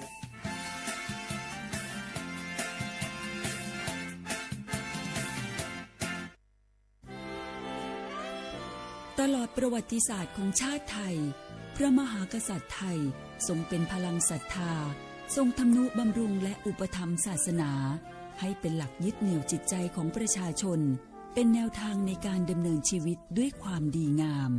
ศาสนาสอนให้คนไทยรู้จักคุณธรรมความดีและความสามัคคีช่วยประคองจิตใจในยามทุกข์เสริมพลังใจในยามเผชิญอุปสรรคเป็นรากฐานสำคัญของสังคมด้วยพระบารมีแห่งพระมหากษัตริย์และศาสนาอันเป็นที่พึ่งทางใจคือพลังศรัทธาที่ล้อมรวมคนไทยทั้งชาติสู่ความมั่นคงสงบสุขและยั่งยืนตลอดไปร่วมเสริมสร้างความรักในสถาบันหลักของชาติโดยสำนักงานประชาสัมพันธ์ที่ 3 กรมประชาสัมพันธ์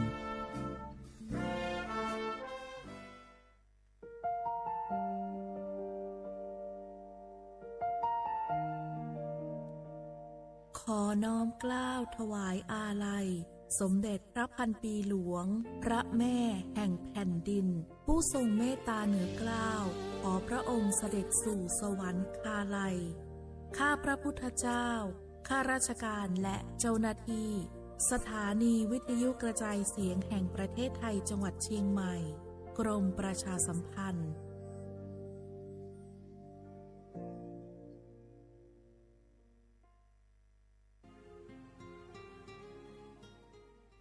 This is a moment of profound grief for the Kingdom of Thailand. We, the collective voices of Radio Thailand Chiang Mai, join the Thai nation in mourning the passing of our beloved Queen Martha, Her Majesty Queen Sirikit. Her life was a testament to the unwavering service, grace, and deep love for the Thai people. Our humble condolences and thoughts are with His Majesty the King, the royal family, and all the Thai people during this deeply sorrowful time. We will remember her forever.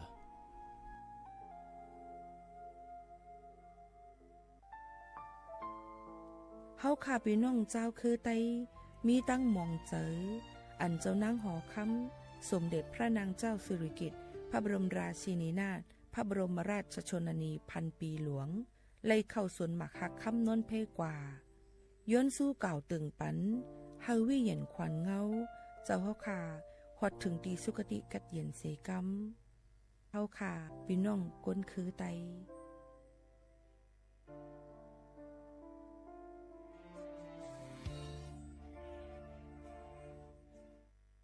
พวกเราข้าราชการไทยรู้หัวใจรับใช้ประชาชนด้วยความซื่อตรงจะยากเย็นเพียงใดเรายังมั่นคงสร้างสรรค์สังคมเพื่อความสุขที่ยั่งยืนตลอดไป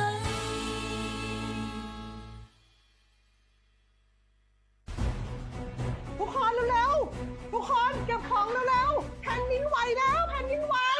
เดี๋ยวพี่เดี๋ยวก่อนจะรีบไปไหนเก็บของไปไหนพี่เนี่ยพี่ดูในข่าวเขาทำคลิปมานะว่าจังหวัดเราเนี่ยแผ่นดินจะไหวพี่ยังไม่มีแฟนเลยเนี่ยกลัวตายมากเลยเนี่ยไม่อยากตายเอ้าพี่ไปฟังข่าวปลอมมาอีกแล้วเหรอทำไมพี่ไม่ไปดูข้อมูลแผ่นดินไหวที่แอป Earthquake หรือว่า Thai Disaster Alert อ่ะเขาบอกข้อมูลหมดเลยว่าสถานการณ์แบบไหนระดับไหนต้องทำตัวยังไงบ้างอีกอย่างถ้ามือถือพี่ไม่มีเน็ตเนี่ยเขาจะมีเซลล์บอร์ดแคสส่งข้อความแจ้งเตือนมาที่โทรศัพท์พี่โดยตรงเลยพร้อมข้อปฏิบัติด้วยเหลือแค่พี่ปฏิบัติตามนั่นแหละมัน ใจเย็นๆลงละขอบคุณมากไอ้น้อง โอเค รู้ทันสาธารณภัยห่างไกลความเสียหายด้วยความปรารถนาดีจากสำนักงานประชาสัมพันธ์ที่ 3 กรมประชาสัมพันธ์สปสช.ชวนคนไทยทุกคนทั่วประเทศใช้แอปเป๋าตังค์เช็คสิทธิประโยชน์รับบริการป้องกันโรคตามกลุ่มวัยเพื่อลดความเสี่ยงการเจ็บป่วยโดยเลือกเมนูกระเป๋าสุขภาพเลือกสิทธิสุขภาพดีป้องกันโรคสามารถจองคิวพร้อมนัดวันและเวลาเข้ารับบริการได้ฟรีสะดวกรวดเร็วสอบถามเพิ่มเติมสายด่วนสปสช1330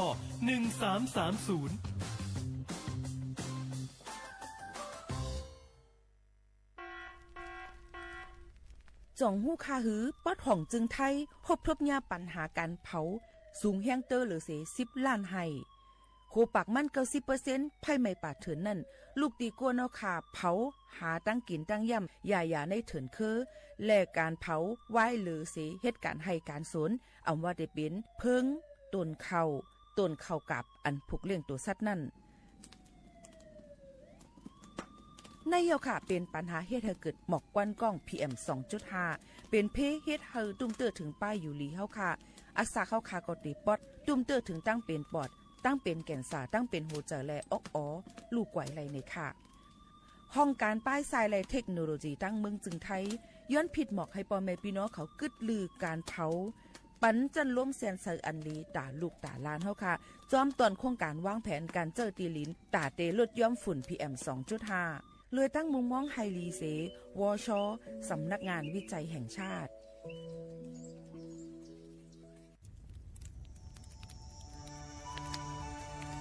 จ่องหู้คาหือก้อนโมก้อนไฟอันเผาอยู่ตีกลางป่างนั่นอ่ำเลยหายกว่าตั้งเลยมันเตเป็นฝุ่น PM 2.5 สีขึ้นมาเฮ็ดให้ป้ายอยู่ลีเฮาคาขึ้นในค่าอ้อลองลดย่อมปัญหาจังไหนในอ่ำหยาบค่ะเงื่องแวอ่ำเผายุกยักเหมือไม่ต้นเยอต้นเข้ากับในให้ในสวนเฮาเปลี่ยนมากองไว้จ้อมกันเสเฮ็ดเป็นฝุ่นสภาวะอ่ำนั้นแจกแพยุกยักเฮมันปอดถูกเมียน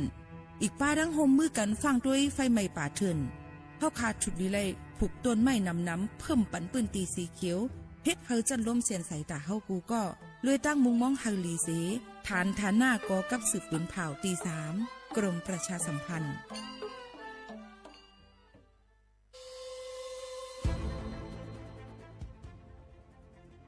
ย้อนผิดหมอกพี่น้องเขามาโฮมเป็นจุ้มเหลียวกันดั้งเจดอนเก้งใหม่โฮมกันแกลิดปัญหาไฟไหม้ป่าเถินหมอกควันก้องควันโมและฝุ่นเล็กๆ PM 2.5 ค่ะสั่งว่าทั่วพันไฟไหม้กับสืบกว่าตึงลาดไลตีอองตีแกลิดปัญหาไฟไหม้ป่าเถินและหมอกควันเจดอนเก้งใหม่หมายโฟน0531128808ในค่ะ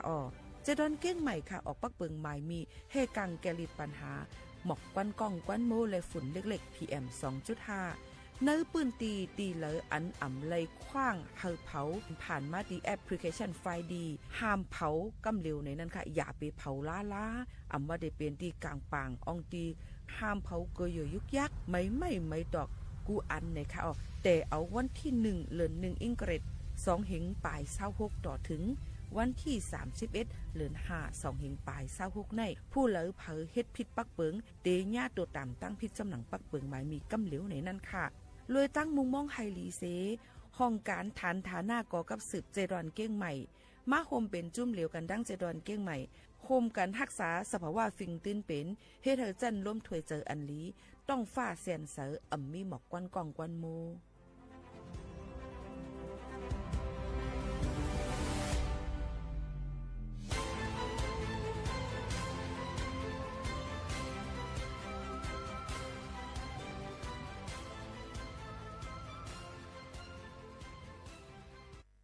พี่น้องเขาสนใจใครปืนเผาผ่านตั้งห้องปล่อยเสียงสวทเก้งใหม่ปั่นตั้งหูห่มปลาดังมีดังเซื้อถ่อมแจงแล้งหลีกว่าไก่ในปืนตีเจดอนเก้งใหม่กับสืบมาเลยดีสวทเก้งใหม่หมายโฟน0532760068และ0922468579ก้นกูก่อนไอ้จับลงมาแล้วก้นเธอมีตั้งพัดเขาโวยจังจานขึ้นบนโลกอย่าลืมค่ะนะอย่าลืมขึ้นโล นุกค่ะนะพี่หน่อยได้ให้เขา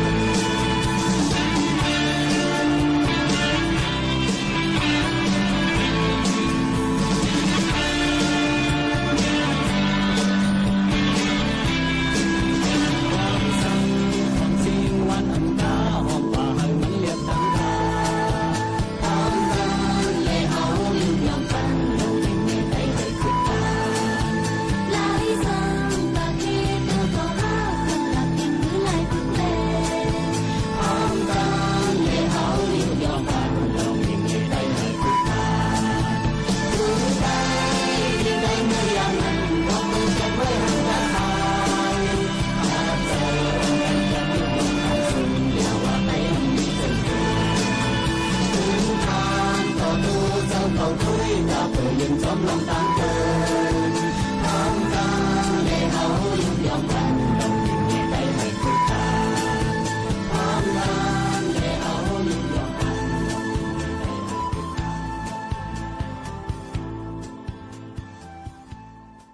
เมื่อซุงค่าเมื่อซุงพี่น้องพุงยินถ่อมเฮาเขาตั้งเสียงค่ะฮบทบจ้อมกันในตอนการห้องปล่อยเสียงเก้งใหม่ AM 147เฮาเกและเฮิสค่ะอยู่จ้อมก้าวหมู่คานู้นและมื้อได้เป็นวันเสาร์ซียังที่หางเฮียนมาปันดังเพียงความปานเก่ามาฝากเตือนถึงพ่อแม่พี่น้องเขาให้ได้ยินถ่อมจ้อมกันอยู่อ่ำห้างค่ะ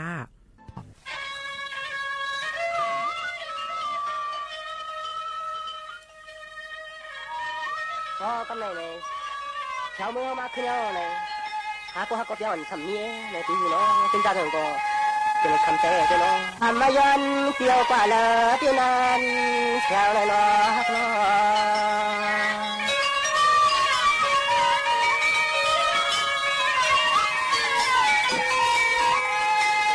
한마연 무까이 비평한 무까흔 까예 뽀뽀 꺼내 까연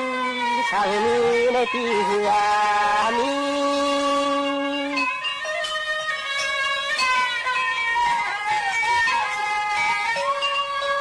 น้องช่างว่าใจมีเสตัวเม็ดตา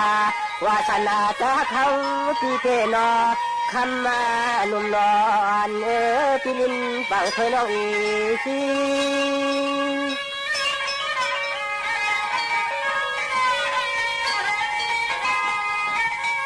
คำมา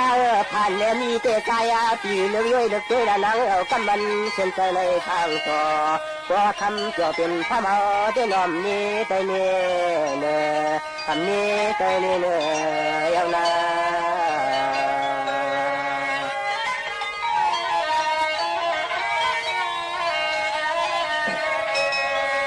จังหวะน้อง ปวนน้องปีจังเลยมาแถวเทตึงเมื่อใจฟังแล้วนางปีโอนอจักยาเปกว่าไก่น้ำมาสิแกงตาละ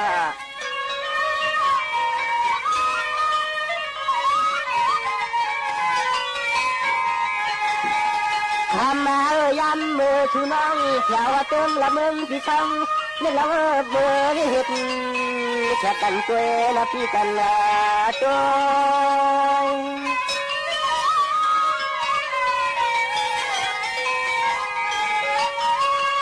เมื่อกำในพี่จักเตวินไว้ลาบเนทางสายน้องอ่อนผิวทางเหมือนเพื่อนนาท้องว่าเมื่อใจพี่เฮาเปลี่ยนทิ้งอย่างเท่เธอ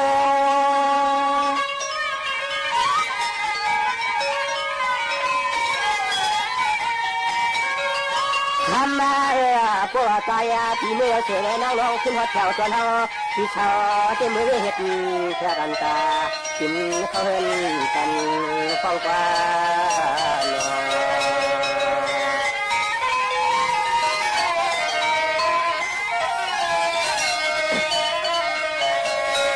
เจ้าว่าน้องเหมือนพี่เจ้าเช่าอยู่แต่นั้นน้องเขาเป็นเมืองปากมาเตียนพยศพยาที่ทางนางคำจำตาเต้จ้องตาปาเทชาเลจ้องคำก็ยามเมื่อหัน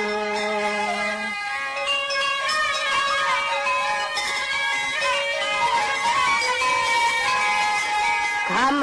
เฮินที่เขาแต่เราจำไม่จุงเป็นช่องไม่จ้องเป็นน้ำไม่คำเป็นลังพวกเขาจนใจไกวกับว่าสุไลเมื่อเลี้ยเจ้าน้าน้องเจ้า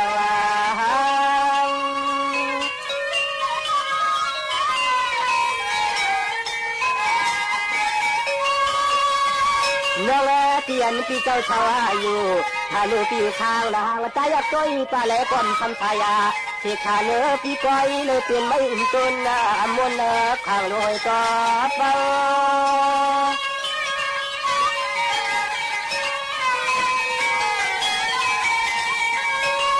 แล้วว่าน้องน้าเมืองที่ชาวเจ้าคำเปลี่ยนไม่สักไม่ตึงไม่ดึงเป็นฟองไม่จองตัวนอนอุ่นมาหนุ่มมายิงเพียจองยิงยามหันจองยิงยามหัน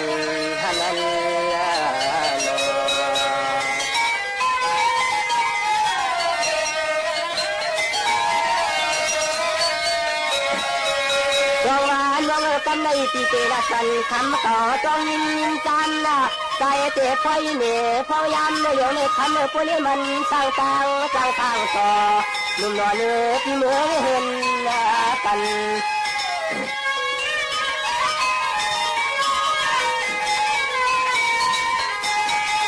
อันเตียนพี่เขาเตะคำเปลี่ยนมันกองกอกันน้องพี่ก็อ้ำเคยเมื่อเห็นเที่ยวเตะทำน้องนาทีละวันที่มาตีกองอันแสงดี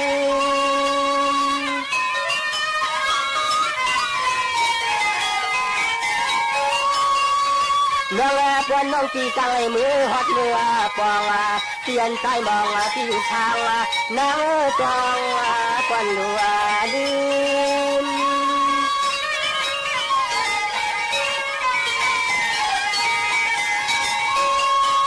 จุลาว่าเห็นที่ชาวเจ้าน้องนาโกว่าคำมาตั้งเมื่อกวางฟังวันใจที่เข้าทางเจ้าที่กูตั้งนาน้องไอ้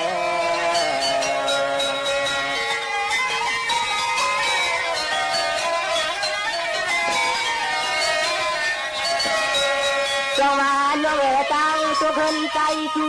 นะน้องตั้งตัวเพิ่นใจชูมีเสกันกูไอ้หอมล้อมใจเล่ปันเจกันไอ้เป็นที่สุมาต้องไอ้นะ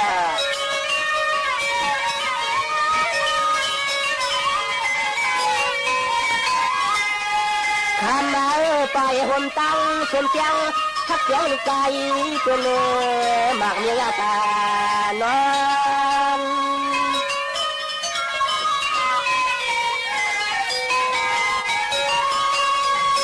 เมื่อตีว่ายักษ์หน้าตาภายห้องเห็นมองที่ข้างเลยก็ปล่อยได้มีไม่พักปุ่มสองคนจน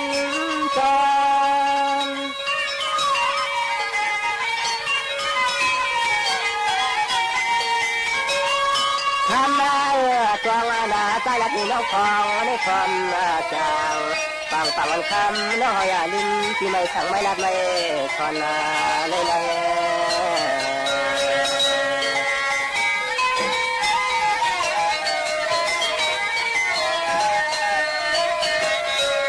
จังหวะน้องเจ้าหนูยิ่งชอนะหายกันเราใจเขาเรานั่งมีเศษจนหนักสร้างพอปนคำนั่งจังเมื่อเดียใจที่เมืองตา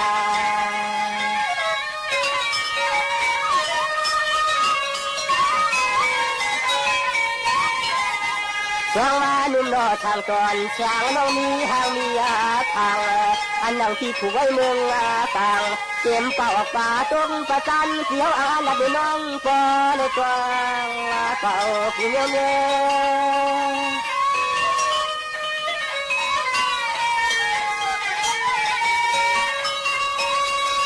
ทำมา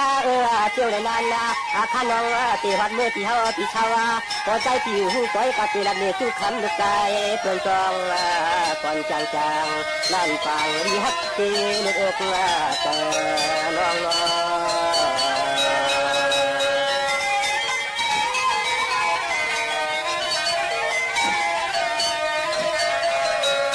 จังหวะน้องตีว่ายักตาตั้งออกบอกนวลช่างจุเย่ลูกแม่ปฏิไปแข่งรักไปแข่งจังตามไม่ได้ขึ้นขมาลงมือ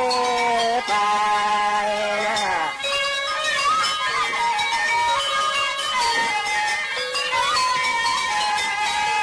ชายาขปันที่ตัวคำตันจ้าจองตาหมูขาปันบอกอายฮื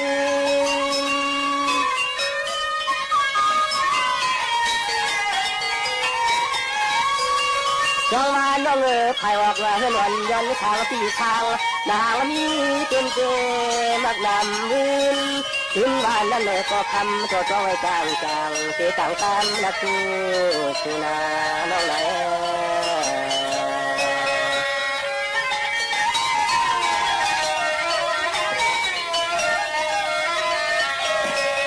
จังหวะน้องจ้องทางนะจ้องทางนางนอแบบลังขับปอเมื่อทำเมื่อนั้นเป็นที่เฮาที่เช่าเราน้องนางหางดีที่จ้องที่จ้องในทัวจ้อง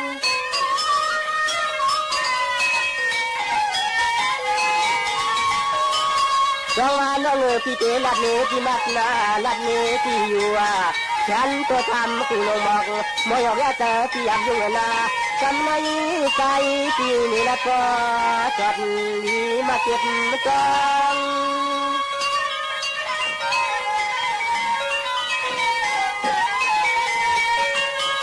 เพราะว่าในพวกคำน้องมือเปลี่ยนหัวเดินหัวเยน้องเปลี่ยนฉันก็เปลี่ยนที่มาที่ตัวกว่าคำยาวตกหายละที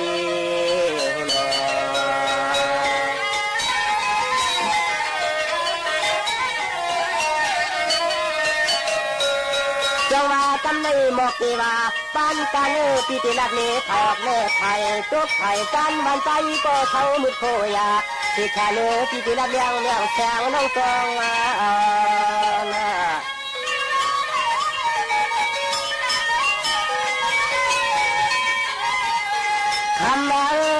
คำอยู่หลับเนที่เฮินที่เย่น้องที่ห้ามเลยหันประตูที่ประจานมาเอาที่เช้าเต้จำไม่ได้ยิน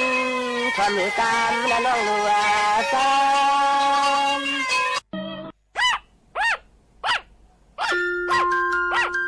แม่ค่ะแม่มาตัวนั่นลีหักหนาเนาะ ใจเย้าลูก มาตัวนั่นลีหักหนาป้าครอบข้าวอ่อมเป็นสังไคโยแม่หมามันหลีฮักกอจังเป็นหมาอันมีเสื้อหมาหย่องอยู่ป้ออำไรกว่าซ้ำยายาเฮกังสังว่าลูกย่าคบลูกจังไรย่าก้องมาหย่องมานำนะลูกโหลีโกเต้ค่ะใจเย้าลูกลีโกนาตั้งเป็นหมาหย่องมาในนะโดสัตว์อันเล่งนมตั้งหมดก็จังเป็นเหมือนหนังโวเป้เจมเจอใน สังญาคบไหนเดเลยกว่าซ้ำยาวัคซีนเฮอคือดันย่อนนั่นแหละสมเด็จพระเจ้าลูกเธอเจ้าฟ้าจุฬาภรณ์วลัยลักษณ์อัครราชกุมารีจังไรก่อตั้งโครงการสัตว์ปลอดโรคคนปลอดภัยจากพิษสุนัขบ้าอำนั้นภายใต้เฮาว่าสัตว์หลอดเพเข็นก้นไหลกัดเย็นห่างไกยันตั้งเป็นมาหยองมามาหนังหื้อตั้งเป็นมาหยองมาเต็มหมดหายกว่านั่นก็ว่าตั้งเป็นมาหยองมาในเฮาแฮงไว้เต้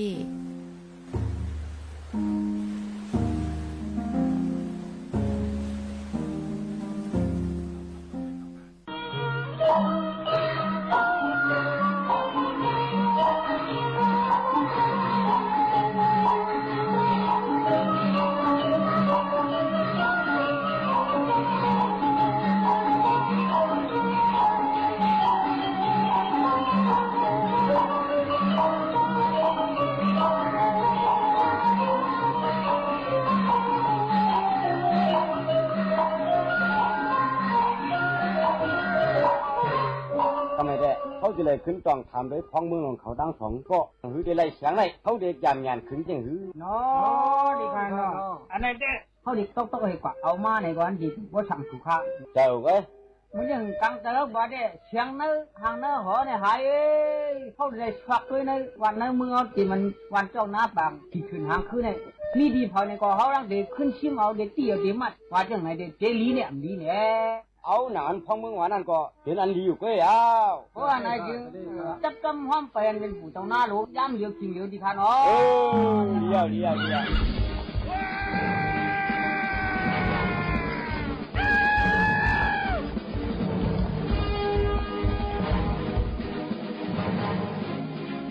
แล้วมาเนี่ยอันนี้เฮือนนี่นะนี่ฮะนี่มันอยู่คดีแค่ข้างฮะนี่จอกคดีเนี่ยอันหนังเนี่ยฮะนะเราง่ายถึงมากนะง่ายมากนะนี่พี่พาวันนี้เคยพี่มาต้องสินน้ำปิ่นได้อันนี้พ่องมือเขาเจ้าเลยนี่ในมันจะประเทศอะไรของมันน่ะประเทศไหนรู้ส่วนไม่เรื่องของมันเข้าไปคล้องตัวเรามากนะเขาดีมากนี่ของมันดีอันนั้นเขาดูเราไปเรามาอันนั้นเจ้าเขาปีนนำบดันได้ครับมีธรรมะถามข้าวเขาซึ่งนั้นค่ะล่ะอันนั้นเนี่ยกำลังจะมุ่งใหญ่คุณเอาคำเมืองสมบ้านนักบัวในเชียงถึงเมืองในภายหลายกว่าว่าจังไหนแต่ผู้ใดเจ็ดวันเอาหาอะไรก็หัดว่าจังไหนเชื่อแล้วเขาก็เลยชักขึ้นเจ้าขึ้นกูเล่นกูยี่ว่าจังไหนเชื่อย้ำในเขาก็จะเลยชักด้วยกระดิ่งเพื่อนผู้เจ้านานครับผมมีในเทียมตาอันเป็นเมื่อใต้ในลูกที่ใดไปดีแล้วมาในก็เป็นช้างเขาก็จะเลยชักด้วยว่ามีไว้ว่าไหนจึงหันดีมากในก็เด็กตีมาหันในเฮือนในเย็บผู้เจ้าหน้าขาผมมีในก็เด็กตีกังขายจ้ำหนังตีแล้วในเขาดีวันชักเลยในถุงในท้องมังในเฮือนในเย็บหูล่างมาหลอนชักได้ด้วยชักได้ในเฮือนนะชักได้ก็ดีเฮือนผู้เจ้าหน้าเล่นจ้างเขาวันชักได้ในเฮือนน่ะช่วยอะไรในเรื่องเชือกในช่วยอะไรในเฮือนหมาเฮือนในเชือกเฮือนหมาเลยหาทานนั่นเลยแต่ว่าหมาในเฮือนในก็ชักได้ไอ้นั่นแหละชักได้ในของไอ้นี่ค่ะไอ้ดินชักได้เลยแต่มันค่ะเลยในถ้าเขาหามาคำว่าไอ้ค่ะเขาดับอะไรเขาวิ่งค่ะที่เรียกว่ายังเจ้ามุนอยากคุณเอาคำสู่เจ้าหายเลยแต่เขาได้เอาก็มีจับหรือชอบก็เป็นในเด็กด่ามามือว่าด่ามามือชื่อหน่อยมาตีเลี้ยวก็เขาชักตีเลี้ยวเพราะว่าเหยียบเข้ามาในเข็มน้ำมิ้นดินเท่าไหร่ชักได้เราหมดชักได้ความหลวงความใจความเหลืองของย่าในถุงมาได้นี่ถุงเลยค่ะพวกนู้นถุงเลยค่ะพวกนู้นถุงเลยเชียงก็พวกนู้นถุงเขาพวกนู้นถุงนั่นพวกนู้นเป็นเชียงแมวค่ะปันมาค่ะนังในคือเชียงจำมุนอยากคุณเอาคำมึงสู่เจ้าค่ะในเมียวค่ะปันเอาค่ะพี่น้องมาเลยพี่อาค่ะหายเลยค่ะจำค่ะเลยมาแถวกันเลยมันเป็นเชียงจำมุนอยากคุณเอาคำมึงเขารู้นี่อันนี้ขนาดด้วยใจเชียงขาวของค่ะน้องอย่าไปเอาค่ะเป็นเชียงขาวของย่อมือค่ะย่อมาหลงมาละทางก้นผ่านก้นเจ้าหนังเจ้าไหนเลยยุกิไกไปดียามาเดี๋ยวมีเชียงถึงเมืองอะไรตีเลยละมาข้าวเนาะข้าวเขาเดียวคุณพันนึงเขาเลยไอ้ไม่อยากนึงไอ้อย่าไปนึก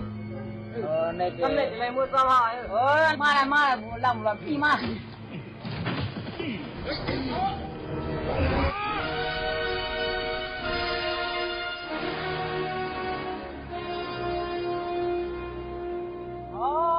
ดีค่ะเนาะเดี๋ยวมาดีค่ะจำใหญ่คุณคำดีค่ะเนาะอันไหนกว่าช่วยมานั่นพี่นั้นมันเมียนจืดเลยได้ค่ะเขาวางมือเขาดาวเสียงยับมาตีมามัดมาก็ดีเจ้ามุ้งใหญ่คุณคำมาดีค่ะเนาะในช่วยค่ะละเป็นเสียงเอามันเมียนตีเจ้ค่ะเสียงสื่อมือเจ้ค่ะในเจ้าเจ้าน่ะไอ้เนี่ยเด้ ก็กิเลสถูกตามอันนักนายก็กิเลสก็เถอยเนื้อขอกเล็กขอกต้องอันเขาไว้ก็เจอหน้านี้แหละก็ทั้งไว้เนื้อขอกนั่นจ้าอ๋อดีค่ะเนาะ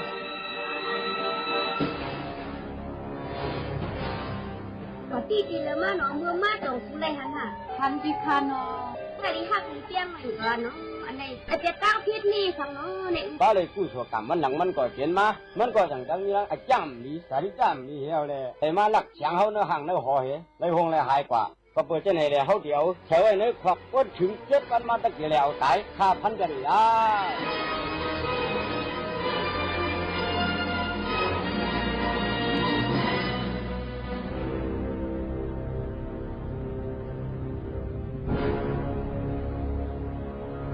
ผูกโบในเนาะในไรมาอยู่เนอะพอกเล็บพอกต้องใน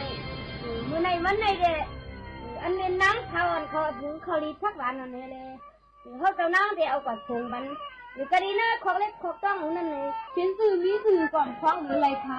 ใน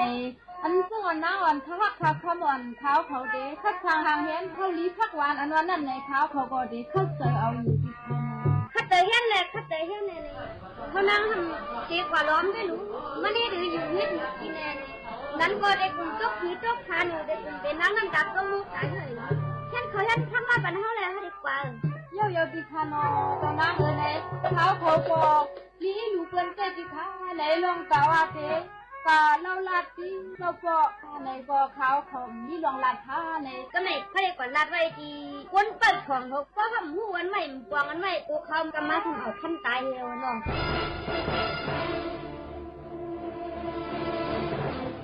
เฮ็ดสังขารในทำไรลูกที่ไกลไปยันเนี่ยแหละคำตรงลงมึงนักนัดอย่างเสียงนะคะเจ้าวัดมาว่าตอนถึงเตืองเมืองเขาในทำในคำทุกข้าขันเจ้าเห็นไหนในมีมีเมฆขันในลูกที่เริ่มไปที่เริ่มมาเขาเนี่ยสำนักในเขาในทำในเขาเรียกว่าในก็พวกใครลาดยาวค่ะสำนักเขามากันในที่อันมาเอาเขาตายเมื่อไหร่ในทะเลก็ว่าขน้องตุ้ยหันถึงมิตรเมตตาที่อยู่หน้าหุ่มลมถึงคลองเฮลเลยเนี่ยเต็มมือตาหัวเถียวมาในห่างในหัวมิตรหักหนาเตียงซึมนำเลือเสียวคันนี้ในส่งเอาตั้งขวันพักอ่อนเลยมาหัวถึงที่ตำตะปีอยู่เขาเยือนถ้าไปไว้ตืออ่อนจะเรียกทางนี้ตอนนั้นในเขาในเปลี่ยนไว้กุนเส้นนั้นลักเสียงเจ้าซ้ำเสียเลยเต็มใจค่ะตอนนั้นเนาะเสียงในเป็นเสียงอันเมโซเจจูปันมาเต็มมือ5 พี่น้องได้ผัดวันผัดมึงอันเป็นมึงลงปลาณสีเขานั่นก็เปิดมีแต่เนื่องจากทักหนาเปียงกึ่งเหี่ยวทะเลกลุ่มเลยกินดีกลุ่มเลยนอนลีเนี่ยกันคัดเจอเฮ็ดเขาลีพักวันนั่นแหละมาถักถึงเพื่อเป็นปีเขาก็เลยกินเลยซุ้มแล้วแหละในสองพกอะไรใครจะถึงก็เปิดหักหนาทำมากินน้ำก็เข้าอันกั้มพักอันกั้มเลี้ยนเฮ็ดจังเงินจะข้ามมาในแหละอีลูขนมขนังสุดตัวกำเขาในเย็นจะกินด้วยกำเขาในก็เลยกินเขาก็เพราะหึงหนังเขาแล้วต้องไม่ถ้าเขาในก็มีร้อนซุ่มซื่อค่ะคุยกับตะนาเขาซ้ำเป็นนั่งอยู่เสาเหนือพอลงเสาเหลียวเสียเลยลงมาในของเล็กในกันมันนำตันกันค่ะนอนตะนั่งขึ้นมือสิกำค่ะซุ่มซื่อค่ะตะนั่งเป็นนังคาเทียเนี่ยถ้าหอมคีรีหอมตามค่ะเนี่ยว่าปีทำอีลูถ้าสอบครอบขึ้นขนมสุเต่าบ่เนี่ยเป็นหือก็หอมกันเป็นซากก็หอมมันคีรีก็หอมกันตามค่ะเนี่ยเป็นนังคาเทียอย่าไปไว้แต่เล็กแต่น้อยอย่างเขาเนี่ยคุยกับหึงเอาในเขาทำพวกที่เลยตายเอาเขามีอยู่เลยเมืองกวนให้เอาย่อมนั่งคอปุ่งความนักอันเป็นเจ้าสามเมืองไหนบ่7 วันถึงมาเขาทำพวกที่เลยตายแถวตอนนั้นในตู้ไปได้ในจำได้เขาอย่าไปก็ปั่นว่ามันลองตื้อไก่ลองมีจีมุงวังทั้งยาวกว่าปัญญานั่นสิกำขาตอนนั้นว่าขนาดเจ้ายังมีอยู่ก็เนี่ยถ้าว่าหลอดอาชาก่อนเนี่ยก็เนี่ยจำนี้ก็ลีนโปในขนาดใต้ไผ่มันกำค่ะเยอะคำนำหันไว้เนี่ยในอย่าไปไว้จะเรียกจะน้อยอย่างค่ะในไว้จะเจียบมุนเยี่ยนจะกินข้าวให้ใครที่ฉันมาห้องให้ก็สกาวเดลัยตายก็ถ้ามาเปียบมุนก็พอถึง7 วันมาเดลัยตายก็นั่งนั่งเดลัยตายก็เธอก็เลยเปียบเลยมุนจอมเจ้านางวันนั้นเจ้านางคือสังขารเนาะคือนางคือหน้าเป็นฟ้าในคอในคือเจ้าพี่เขาทำคือข้างวันค่ะเพราะเราซาในเนาะนั่งเนาะก็อย่าไปไว้มันนั่งเขาซ้ำอยู่เนื้อพอเสาเลี้ยวเสร็จแล้วก็เป็นเจ้าปีซ้ำอยู่นักขอเรียกนายเสร็จแล้ว ลัดความจังอันหนังกลางไต้หวันขลัดเนื้อนั่งสู้หน้าเป็นปาวันนั้นอย่าไปมีกลางเตอที่เช้านี้ลำสีกำนานั่งนี่ค่ะเตียวนี่ค่ะนี่ขนมฮักตีจันน้ำเลือกาในก็ยันเราตะกี้ขอฮักกับขับขึ้นใหม่กำค้าอย่าไปปันดูปันก็อย่ากำค้าแต่เราในกลางไต้หวันนำความเหมือนปีนั้นมีจังในนาเขาอันกำเขาว่าเลยเป็นพวกทางเขาว่าเลยเป็นคดีศึกษาก่อนตามเมื่อนานในเย็นไปกินทะเลเดียวพี่ก็พอสุดท้ายความเหมือนนั้นพี่ฉลาดเนี่ยเย็นกันอำไรเอาเนาะลัดทะเลเดียวลัดทะเลสามเลือกีตันสามเลือกีตันยันพังสะเลียวนี่คำสลอมยันก็นางสุนาเป็นป่าแสงน้องมายืนเสลมาปันนางสุนาเป็นป่านะตอนปีต้องไม่ใช่เลือดเลยนอกจากเมาเขาเจอพระกาวันนี้เลยมาส่งในมิลองกุมสุเทนะฮะพังสะเลียวนี่ใจเศร้าก็เลยอื่นเขาลงก่อนนะกันในต้องเลี้ยงเย้ายินอิ่มใจละ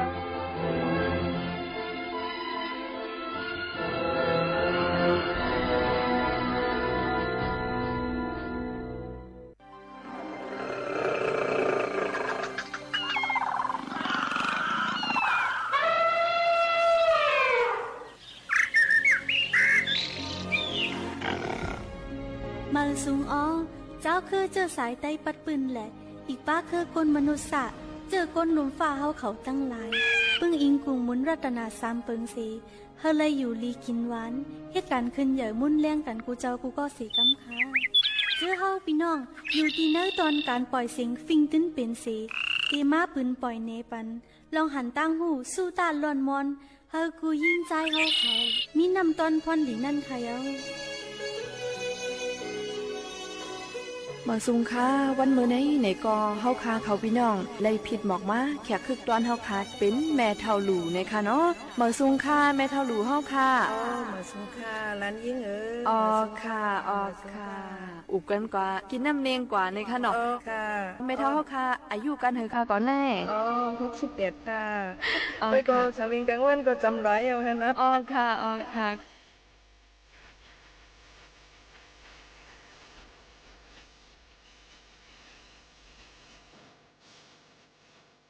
ใครย้อนถามได้ไหมเราแทงอีกนึงค่ะเกี่ยวกับเลยไล่เฮ็ดข้าวเซียนในค่ะเนาะข้าวเซียนในมืออ่อนตั้งเจมมือไปมีจากอิดมันมากเขาคาเขาเฮ็ดจึงหือเหี่ยวเฮ็ดมาในแค่แม่เท้าคาซับแรงในวันอีกนึงเลยค่ะ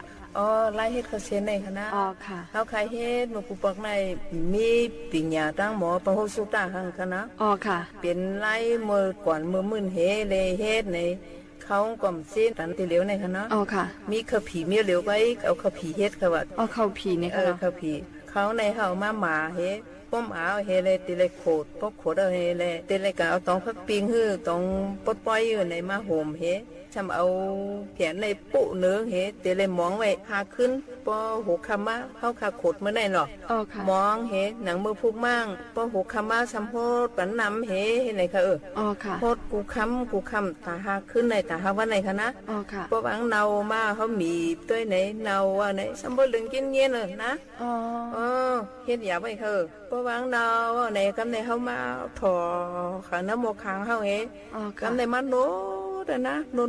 เทิงเหลียวนะค่ะสมัยเฮ็ดโถงเฮ็ดป้ารักไม่3รักกูมันดีเนี่ยก็เสียสิรักเฮเลยเฮ็ดโถงเฮ็ดซุปเฮเลยเอาแผ่นต่างอันนี้ทำมาปูเหอแทงเนื้อโถงเฮเลยท้องค่ะนะท้องเอาม้วนนั่นเลยค่ะนะท้องเฮมปุ๊บนุดเอาเนี่ยทำมีหัวอ่อนเฮงก็หัวอ่อนเปียหมอนอันเป็นหมักวางอ่อนซะนั่นนะกายอ่อนซะนั่นนะนั่นเตะเปียกเลยค่ะเพราะว่าท้องอย่างในไว้เห็นอันนี้เขาอยู่ด้วยน้ำนั่นหยดจิกเนี่ยทำเอากากลามันเฉล่วงเพราะน้ำนั้นยอมลงในการจอกไหลในเหมือนจังพี่น้องตีเหลวในเฮ็ดขมุนขังเขาซอกเอามาหินเตียงในก็เขาขาเขาตีเลยเฮ็ดนั้นเพราะการจอกไหลในเอามาหินเตียงเฮ็ดเพราะมาหินเตียงป้องกามมาในขังตีเลยเฮ็ดชั้นช่องตาหางอันเฮ็ดค่ะก็นั่นโมขังเขากัตั้งสันน้ำเฮ็ดเอาเขาเชนเฮามีเทสันช่องตาหางเฮ็ดอะไรกับโตมค่ะนะโตมยาวเฮ็ดในซุกพองซุกพองในค่ะ ค่ะนะอ๋อค่ะกำในมาตามค่ะนะปดตามเอาเหนียวนุกๆก็ในทำขึ้นกับโนดมีอ่างห้างอ่ะให้โนดเทศอ่างห้างโนดให้เนื้อนั้นเริ่มยอดมากเนี่ยเขาค่ะสามีไหเอาไม้ในเฮ็ดไหค่ะนะสามียุ่มเรียกก่อนเฮ็ดเฉกนไหนั่นค่ะนะอ๋อค่ะเพราะว่าเฮ็ดนั้นเอาในเอาเขาเส้นเขาในเฉนะไหเฮ็ดสามีฉากให้เขาเนี่ยเพียนั้นปุ๊โหเฮ็ดตายอันให้เวียนใส่เอาฉากมาตั้มทำมีการเฮเป็นตีวางให้เขาเส้นเฮเอาวางเฮ็ดการเฮอันนั้นขึ้นเย็บค่ะนะเขาเส้นนั้นออกมาแล้วโจกหันเนื้อโมคังค่ะนะเป็นเส้นเป็นเส้นเป็นสายมาค่ะนะก็เลยเพราะว่ากงกวางในไม่เหี้ยวเหมือนจังไม่มิดเปล่านั่นฮะนะเฮ้เลยเอาเชยอย่าไปเฮิงกวางตีเหลียวนั่นฮะนะเพราะบางเชียงนะหายเงาในสองไก่มีเฮ้เลยก็เลยต่างสุกเอาในทำมิโชกนะเฮ้ครับนั่นเอาขาโชกเฮ้เลยเอากระสูกนั่นนำครับนั่นค่ะการนำสังหรณ์นั้นนำตัวมันมัวแต่ในสองไก่เอามาถอกค่ะนึกคึงค่ะก็เลยนี่คึงอันนี้ไงค่ะค่ะเพราะฉะนั้นในป้อมือเขาขากับซุกนั่นในซุกเป็นน้ำจะนั้นมัวอะไรมันก็ตีดื้อเสียนอนเริ่มยอดแล้วกันเนาะเพราะว่าซุกมดไหนมันไก่มึนไก่เหม็นส้มเขาว่านั่นเนี่ยเปิดเสนอทำเต้นเหม็นส้มไว้เอากันลูกควางเขาเส้นมุกวักในป้อมไรสีหาขึ้นเปิดนดมันนดไรค่ะลูกมันแล้วนั่นน่ะเพราะฉะนั้นในจึงเลยว่าเมื่อกูป้อเนี่ยไปใจรวยค่ะเนาะไปซะรวยทั้งค่ะนวดเอาละลายก็ค่ะนวดเอาละลายค่ะ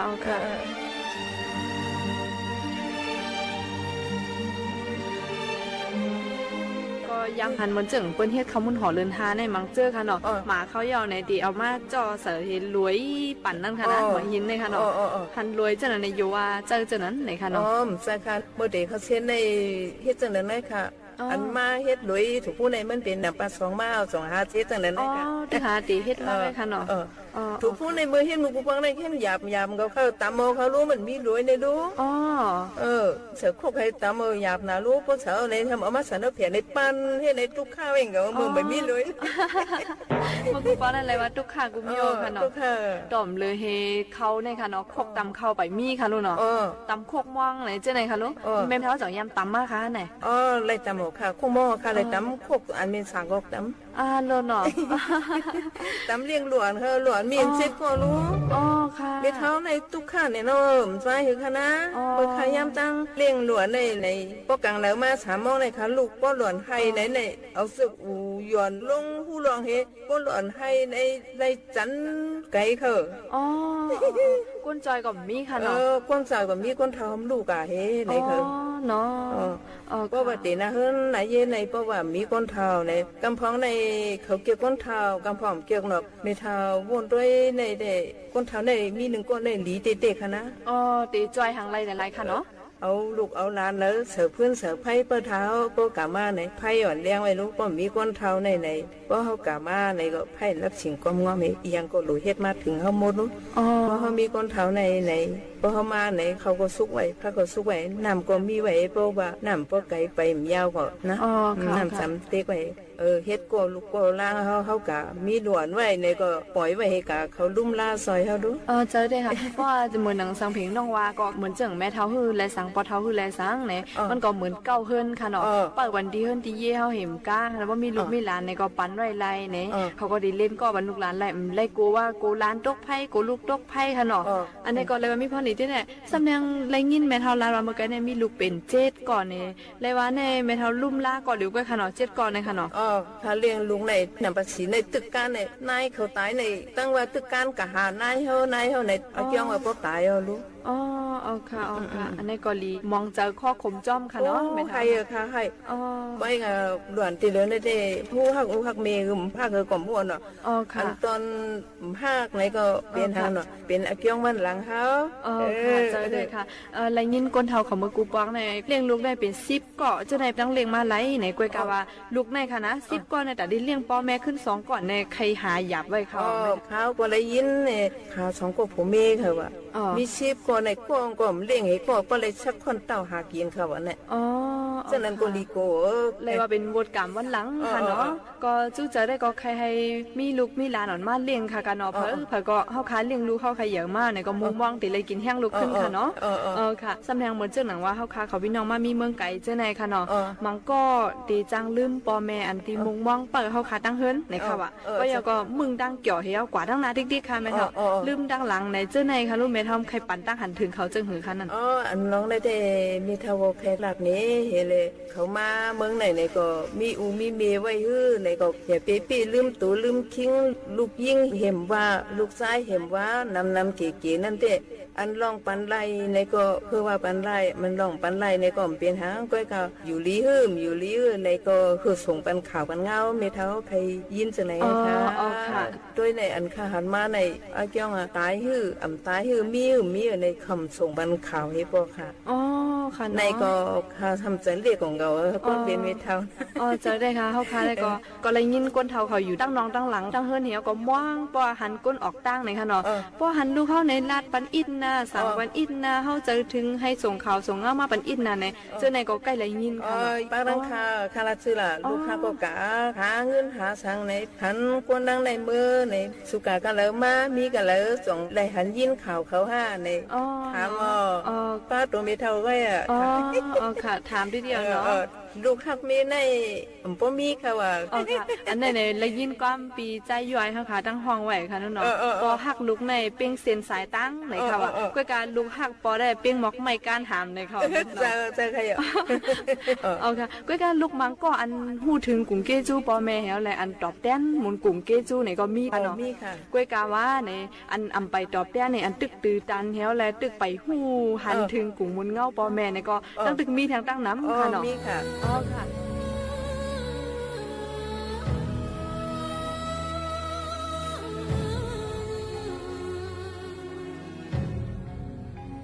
ขย้อนถามด้วยแม่เท่าแทงอินค่ะมือพ่อย่ำเกิดลูกในค่ะเนาะมันติดเป็นจึงหือไว้ในตั้งคันเจอคันข้อนเห็นแล้วตั้งมุงมองใครหันนาลูกนั่นเป็นจึงหือไว้ในแม่เท่าจ่องได้ตึกต้องอยู่ค่ะเนาะลาดในวันอีกนึงค่ะ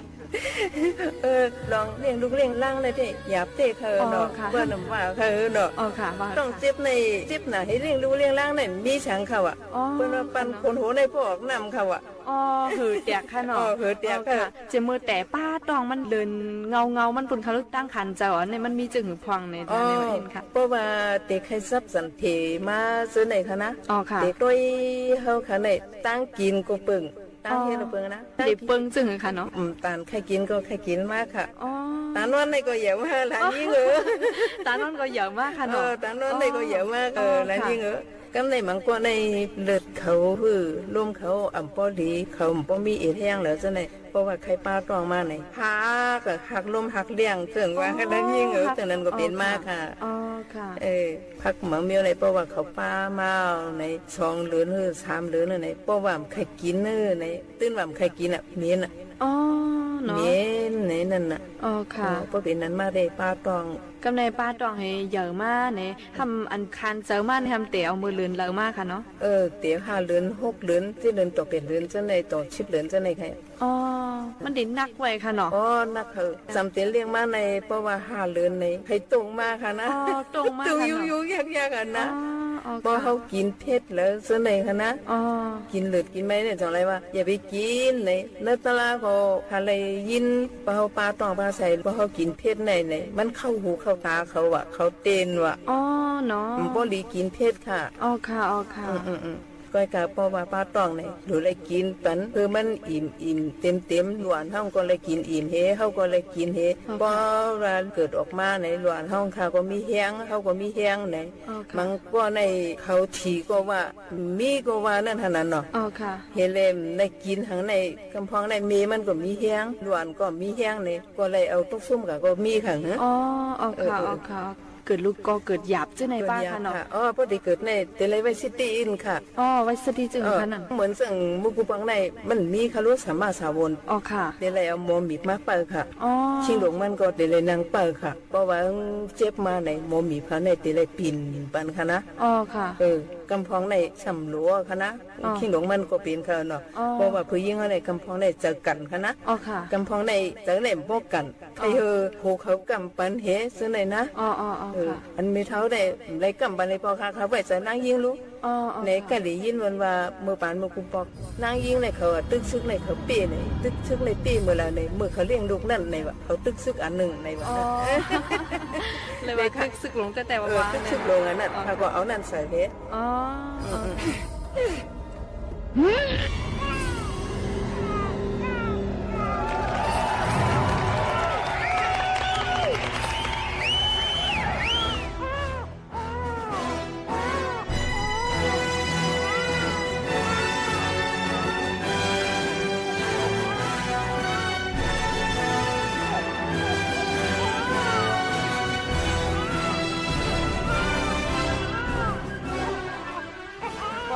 ในก็คือเมี่ยวค่ะแล้วเนาะไม่ทำเนาะก็เพราะฉะนั้นเขาหลุดเลยแปะในติดหลุดแปะจะแววค่ะเนาะเปลี่ยนใส่นั่นน่ะอ๋อค่ะกำพองในป้องเสียบมาในเนี่ยเมียวในก็มีอะไรยินหนูในเด็กบ่ห้องขาห้องหาอุหาเมในโคตรนี่อย่างแน่นค่ะว่าอ๋อโหดยาวเนาะเดี๋ยวนะเขาขาขำกับอุ้มนี้พี่น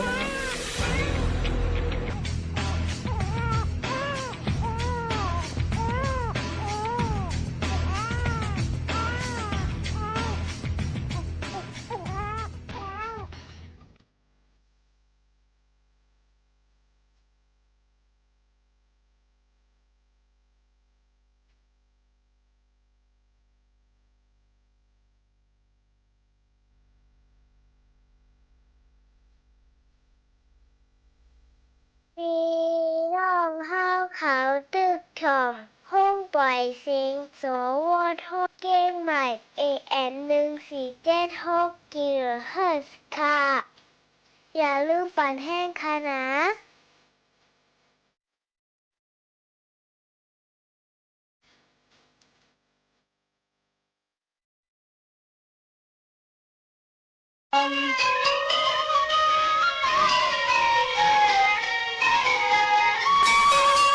ลองมาน้องเคยรู้ที่นาเขาเป็นจนบอกจนบางจริงจังแน่นอนว่าคือรู้ไม่อ่อนจนนะอย่าพักแต่ความในมือมึงหันที่เลยนะไว้ตาใจจำเจ๊ใครทางนะ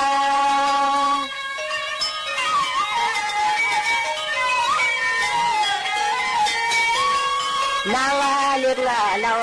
น้องน้อมยาเตะปะทุกมันเฮาพี่เฒ่าเตนางไปเลยเป็นลูกกว่าเตต้องกะปาเตชาวเนื้อพี่มันยำเตน้องเมืองเตนะ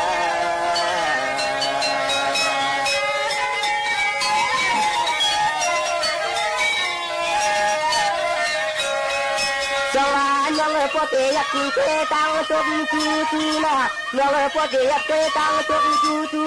อยคู่ตันนางเพียไผ่ทุกเมืองต่างใจเศร้านะเปลี่ยนชายวันเมื่อนับหน่อยลงที่เป้าเมื่อเฮาที่คำเมื่อเปลี่ยนให้เมือง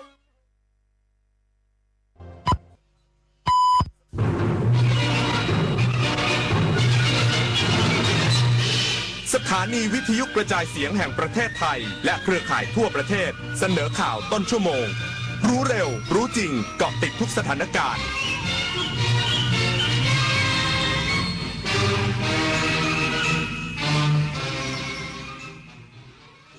รับฟังข่าวต้นชั่วโมง 23 นาฬิกากับอานนท์นันตะสุคนครับผู้ว่าราชการจังหวัดตากติดตามความคืบหน้าแก้ไขปัญหาจุดอับสัญญาณโทรศัพท์เคลื่อนที่บริเวณทางหลวงเส้นทางตากแม่สอดอีกสักครู่ก็มาติดตามรายละเอียดครับถนนดนตรีไลฟ์เดือนมีนาคมใช่เลยขอให้เหมือนเดิมกับรักปอนสามพี่น้องบนเวทีเดียวกันไทยธนาวุฒิกบไมโครอินบูโดกันวันศุกร์ที่ 27 มีนาคม 2569 เวลา 18 นาฬิกาณห้องออดิทอเรียมถนนวิภาวดีรังสิตกรุงเทพมหานครติดต่อเข้าชมโดยไม่เสียค่าใช้จ่ายได้ที่ Facebook ถนนดนตรีเรายังเป็นนักเดินทาง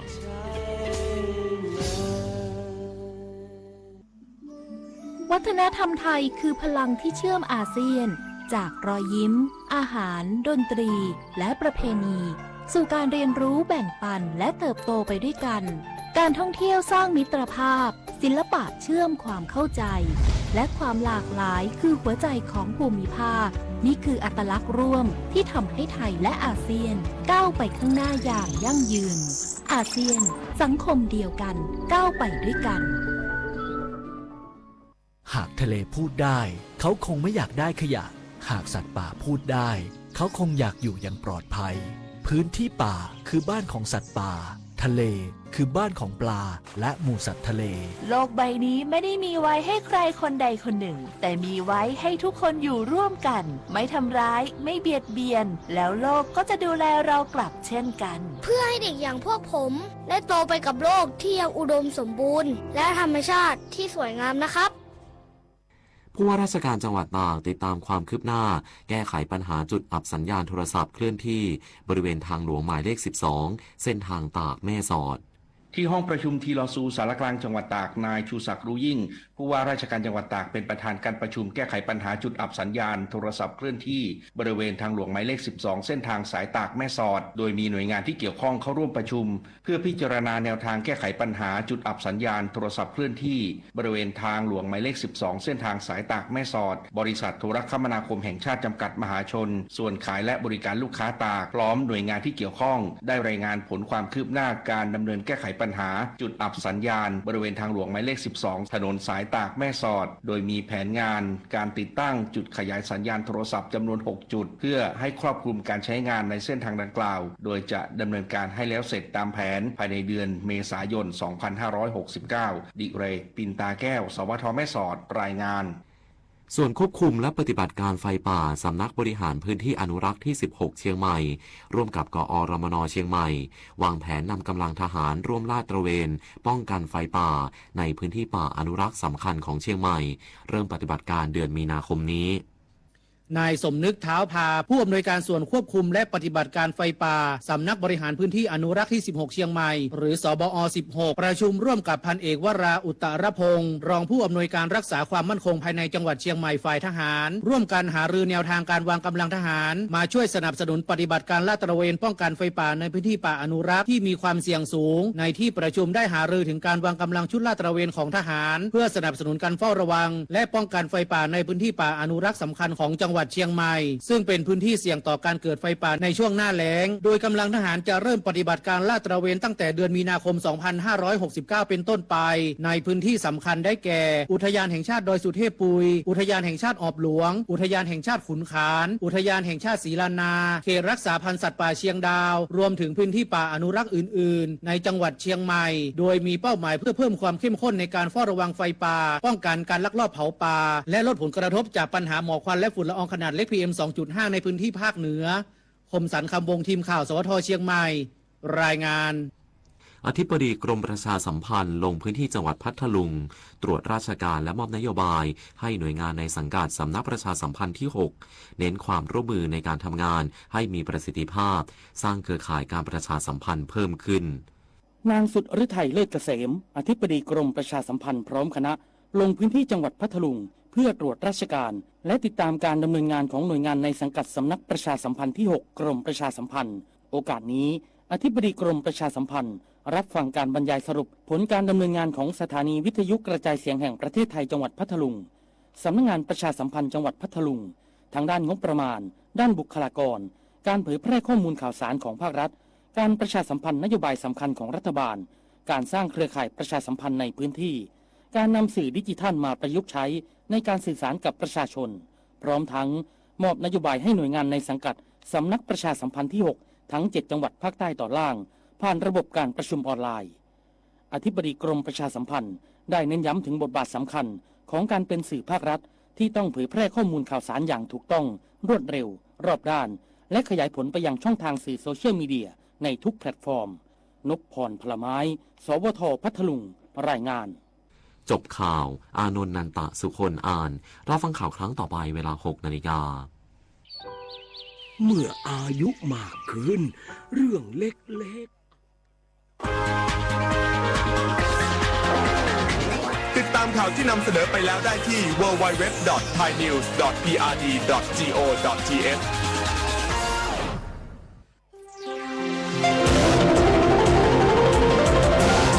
วิทยุแห่งประเทศไทยให้ความรู้กู้ความสุข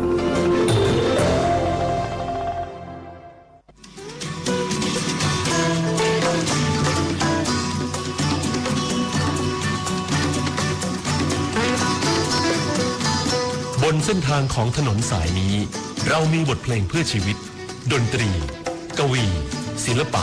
วัฒนธรรมวรรณกรรมมาฝากคุณทุกวันเสาร์และอาทิตย์กับเราที่นี่ถนนดนตรี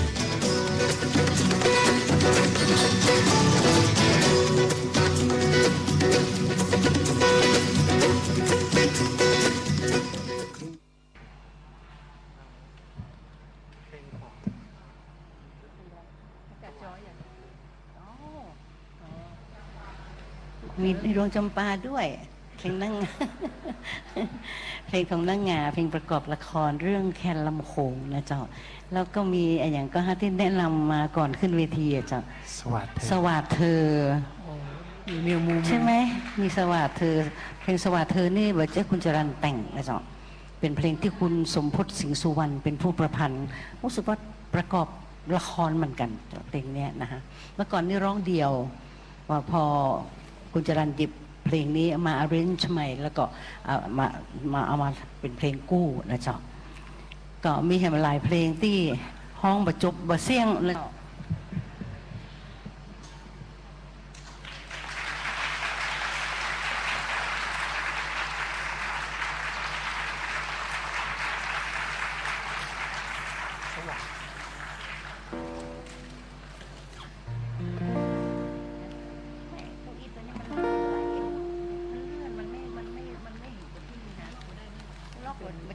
มันลื่นไง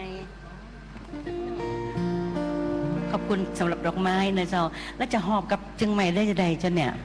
สงสัยต้องขอให้ใครสักคนหนึ่งส่งทางเคอรี่นะเจ้าเนาะ เพราะว่าคือจะมาทิ้งของนะเจ้าของทุกอย่างทุกชิ้นมีความหมายนะเจ้าทำให้นักร้องแก่ๆคนหนึ่งมีความสุขนะเจ้า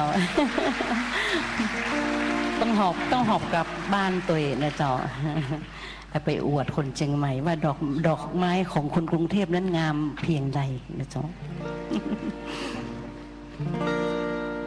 สวัสดีเธอนะเจ้า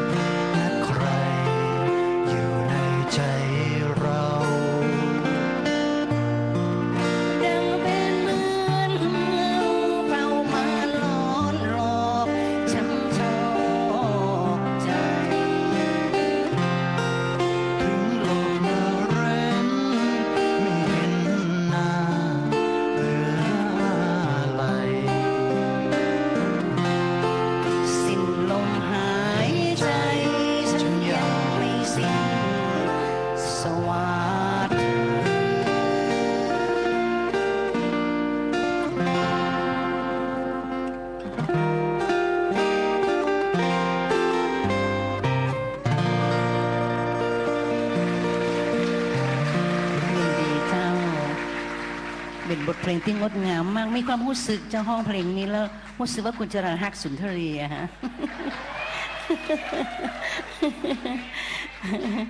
เป็นเพลง ทำให้กึดตึงค่ะเจ้าโอ้ยขอบคุณเจ้านะเก้าอี้ตัวนี้มันเลื่อนค่ะมันพื้นมันลื่นเจ้าแล้วก็นั่งบ่ม่วนเจ้าโอ้ยตายแล้วขอบคุณเจ้าชุบชีวิตใหม่ เมื่อกี้เพลงอีแหมก็เจาะสว่าเธอและอะไรนะดวงจำปาโอ้เป็นนักงานอย่ามาฟังเด้อ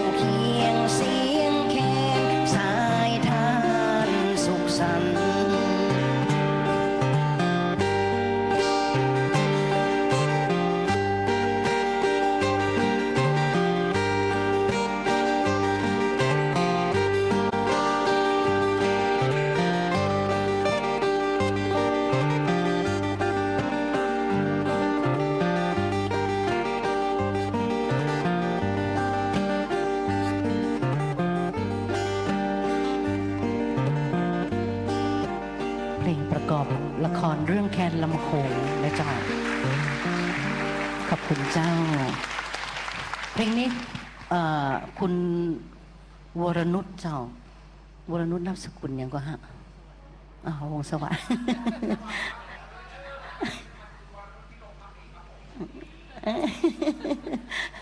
คุณวรนุชเป็นคนห้องประกอบละครนะเจ้าแล้วก็พอมีคอนเสิร์ตสายน้ำสามัญชนของละหงาที่ธรรมศาสตร์เจ้าหอประชุมใหญ่มหาลัยธรรมศาสตร์เปิ้ลก็ขอให้พิสุทธิ์เลยว่าห้องเพลงนี้บอกว่าแต่งเพลงนี้แล้วคิดถึงเสียงสุนทรีว่างั้นเจ้าละหงาจะน่าฮักเสมอนะเจ้าจะทำอะไรอย่างก็จะแอบคิดถึงนะเจ้าก็เลยมีโอกาสได้หยิบเพลงสวยๆของละหงามาฮ้องในเวอร์ชั่นของพี่สุนทรีนะเจ้าเมื่อกี้คุณเอกแนะนำรักสับสนใช่ไหมคะเพลงนี้งามมากเลยจ้ะสมัยนั้นน่ะร้องเพลงรักสับสนครั้งแรกเนี่ยยังเหมือนมีแฟนเตื้อยังเป็นสาวแบบโสด ซิงแล้วก็พอแต่งเพลงนี้ขึ้นมาแล้วมีรู้สึกอินกับมันมากเลยนะเจ้าคือคนอยู่กับดนตรีนะเจ้าก็จะคล้อยเหมือนเราเป็นตัวละครตัวหนึ่งของเพลงน้ำตาไหลเลยเจ้าเพลงเนี่ยห้องครั้งแรกนะเจ้ารักสับสนลองฟังดูนะเจ้าหลายๆท่านอาจจะคุ้นเคยอยู่แต่หลายๆท่านอาจจะบ่รู้จักนะเจ้า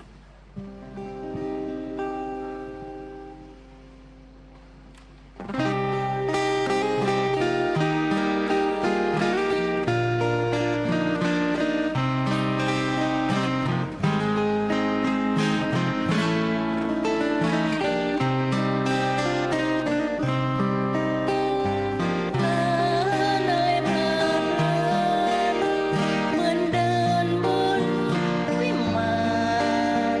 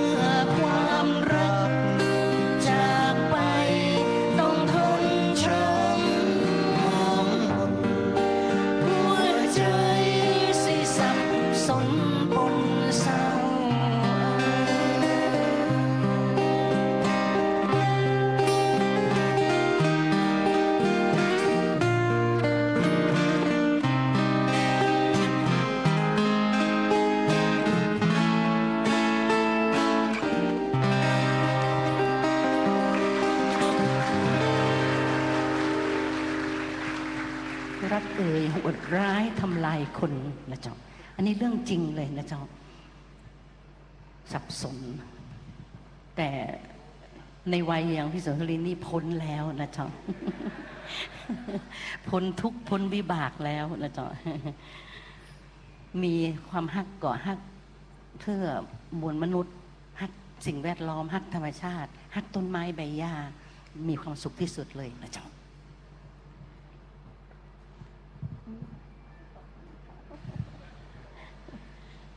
ป้อนทิชชู่ ขอบคุณเจ้ามีอะไรต่ออีกมีใครอยากแดนหนุ่มสาวผู้ร้าวรานโอ้เพลงนี้อยู่ในอัลบั้มชุดแดนหนุ่มสาวผู้ร้าวรานคุณจรัญแต่งให้เอาเพลงทั้งเก่าทั้งใหม่มาเอามาร้องใหม่นะจ๊ะมีอยู่9เพลงขาดอีกเพลงหนึ่งทำยังไงดีอยู่หน้าห้องบันทึกเสียงคุณจรัญนั่งเขียนอยู่นั้นแล้วบังคับให้ร้องเดี๋ยวนั้นบอกเฮ้ยเพลงเนี่ยนะแต่งเดี๋ยวนี้ร้องเดี๋ยวนี้แล้วมั่นใจนะจ๊ะขอไปทำการบ้านได้ไหมบอกว่าได้เดี๋ยวเพลงช้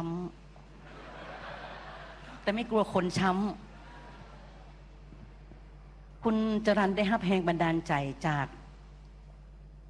เหตุการณ์การเมืองในยุคคุณชาติชัยชุนหวันดำรงตำแหน่งเป็นนายกรัฐมนตรีคนที่เท่าไหร่นะเจ้าคุณเอกช่วยหน่อย แล้วก็มีนักศึกษารามคำแหงเผาตัวเสียชีวิตจำได้ก็เจ้า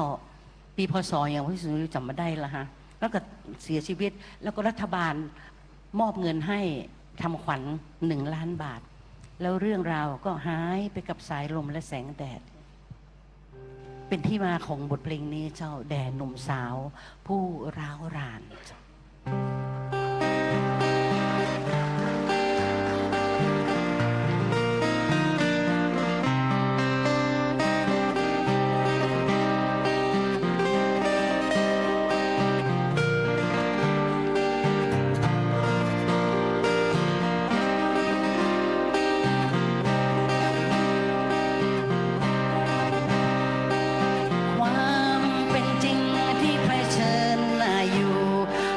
จะดูอึมครึมและหนักแรงโตกันมา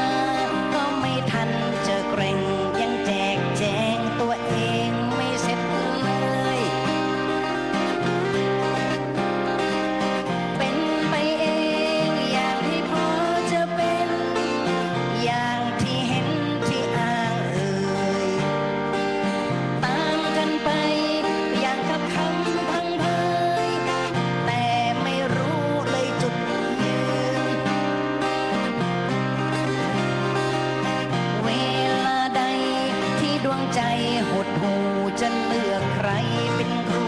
คอยบอกทางคนละวัยก็เลยมีช่องห่างยังเคลือบคลางแคลงใจไม่ได้ความ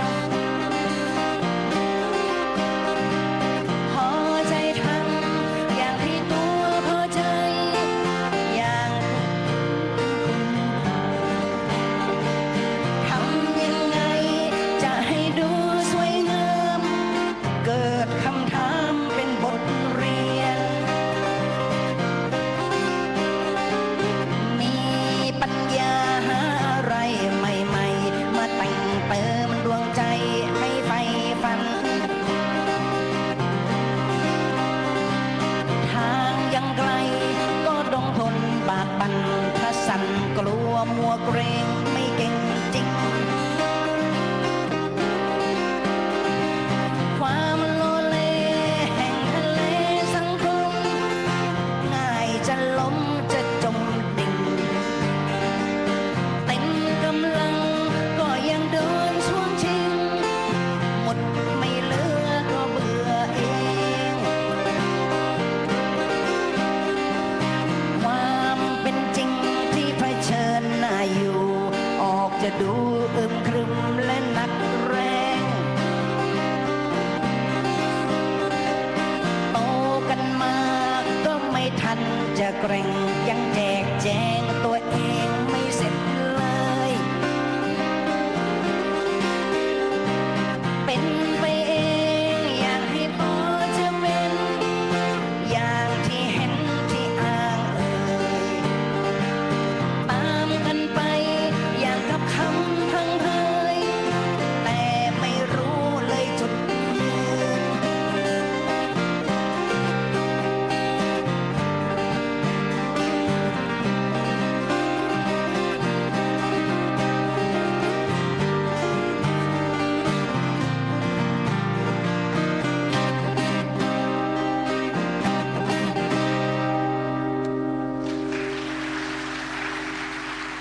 ยินดีเจ้า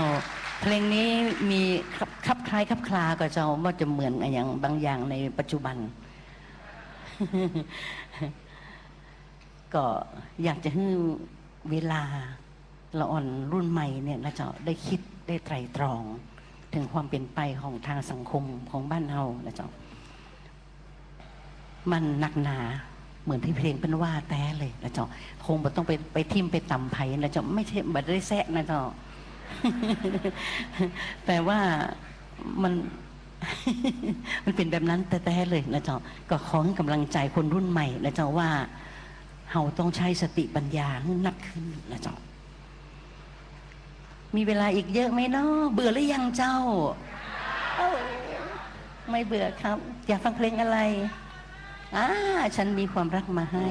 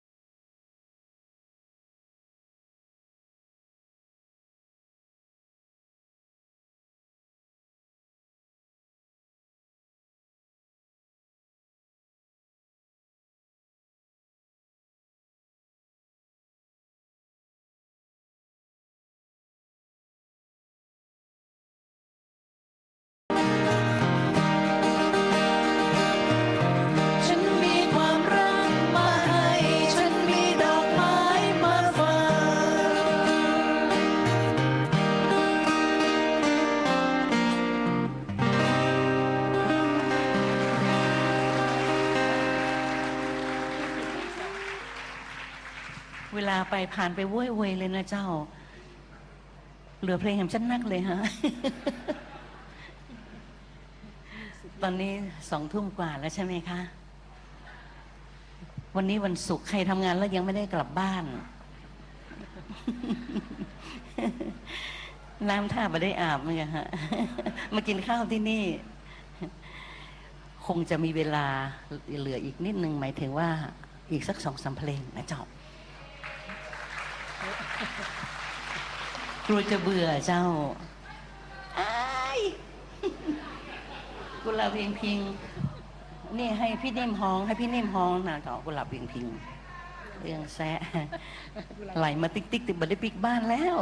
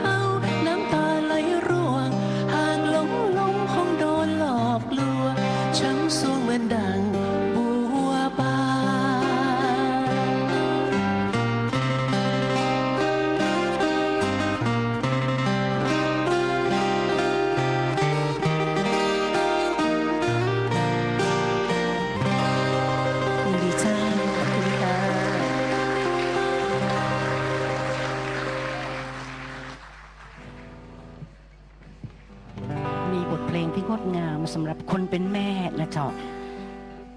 เพลงนี้คุณวีระเพื่อนเป็นอาจารย์สอนอยู่โรงเรียนนานาชาติที่เชียงใหม่แล้วก็แต่งเพลงนี้ขึ้นมาเนื่องในวันแม่หลายปีที่ผ่านมาแล้วนะเจ้าก็เป็นเพลงที่งามแล้วก็ตอกย้ำความรู้สึกที่ดีของคนเป็นแม่เป็นลูกนะเจ้าลองฟังดูนะเจ้ารักของแม่เจ้า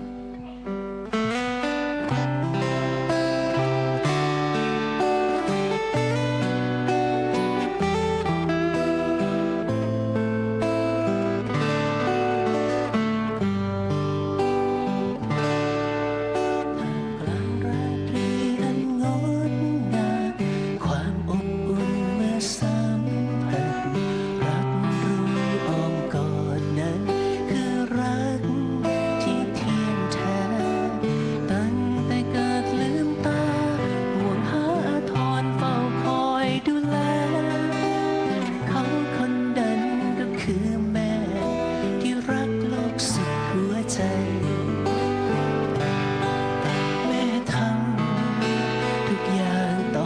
ลำบากตรากตรำเพียงใด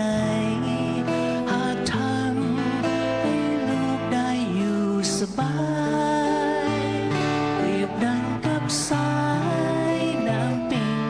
คอยอุ้มชูเวียนเจียงใบเป็นดังหัวใจของเราชนชาวล้านนาไม่ต่างจากรักของแม่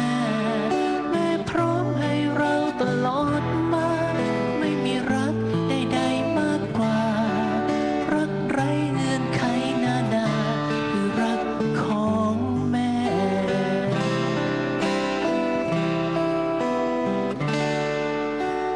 ทุกความรักที่แม่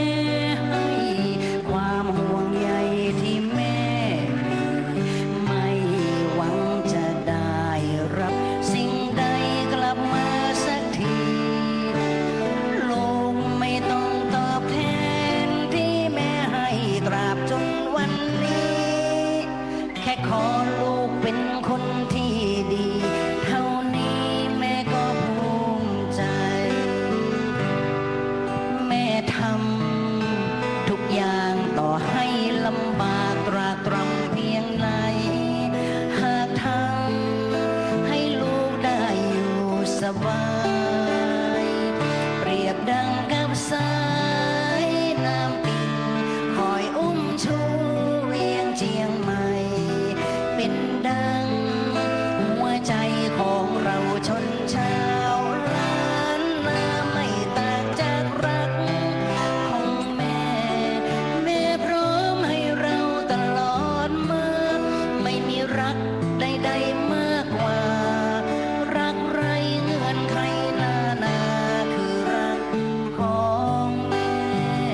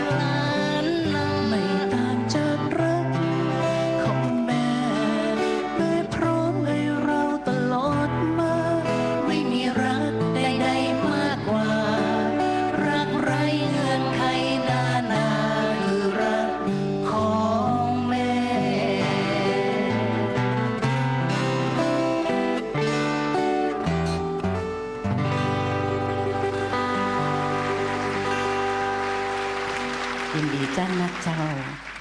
รักของแม่มีเพลงแม่ของแผ่นดินอีกเพลงหนึ่งนะเจ้าเพลงนี้คุณปุ้มพงษ์พรหมวงตะวันนะเจ้ากับอาจารย์วีระช่วยกันแต่งเพื่อทูลเกล้าถวายสมเด็จพระนางเจ้าในตอนนั้นท่านพระองค์ท่านยังมีพระชนชีพอยู่นะเจ้าแล้วก็แต่งเพลงโชคดีมากเลยจะเป็นเพลงสุดท้ายที่ทูลเกล้าถวายพระองค์ท่านแล้วก็คิดว่าท่านคงได้ฟังอยู่เพลงนี้นะเจ้าชื่อเพลงศิลปาชีพอาจจะเกี่ยวข้องกับงานทั้งหมดทั้งมวลของพระองค์ท่านนะเจ้าก็อีกประเมินแล้วนะเจ้าท่านก็จะบรรยุเฮาได้กราบไหว้นะเจ้าก็คิดถึงแต่บทเพลงที่เฮาฮ้องให้เพิ่นฟังนะเจ้าชื่อเพลงศิลปาชีพเจ้าอาจจะแลเป็นทางการสักนิดหนึ่งนะเจ้าแต่อยากให้ฟังกันนะเจ้า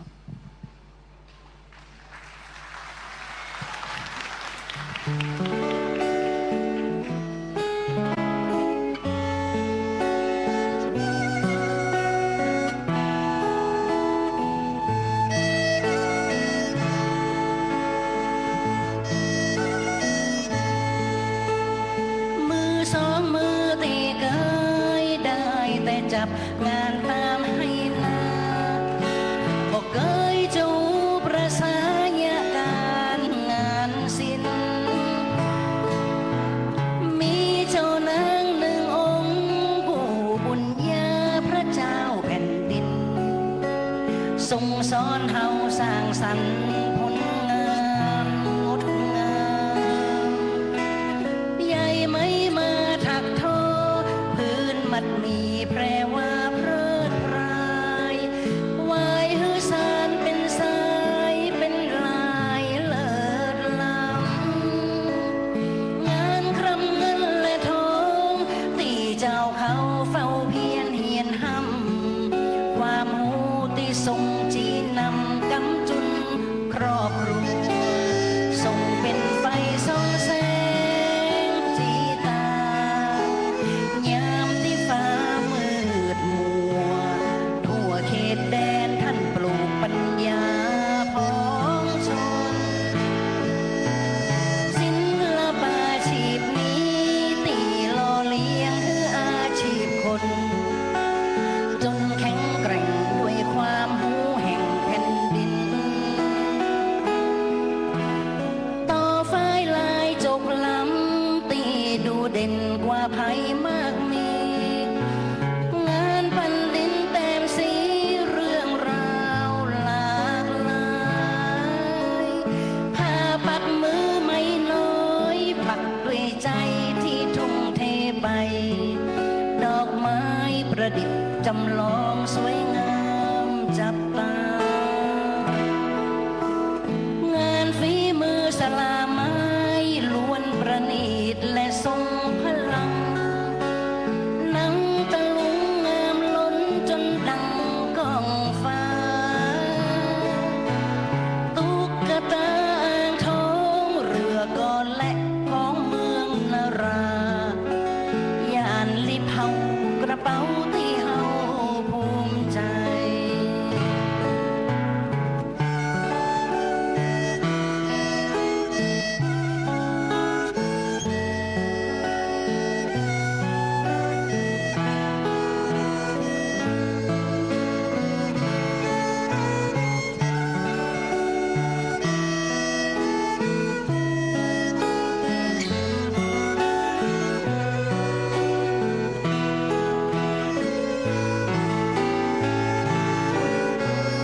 ส่งเป็นไฟส่องแส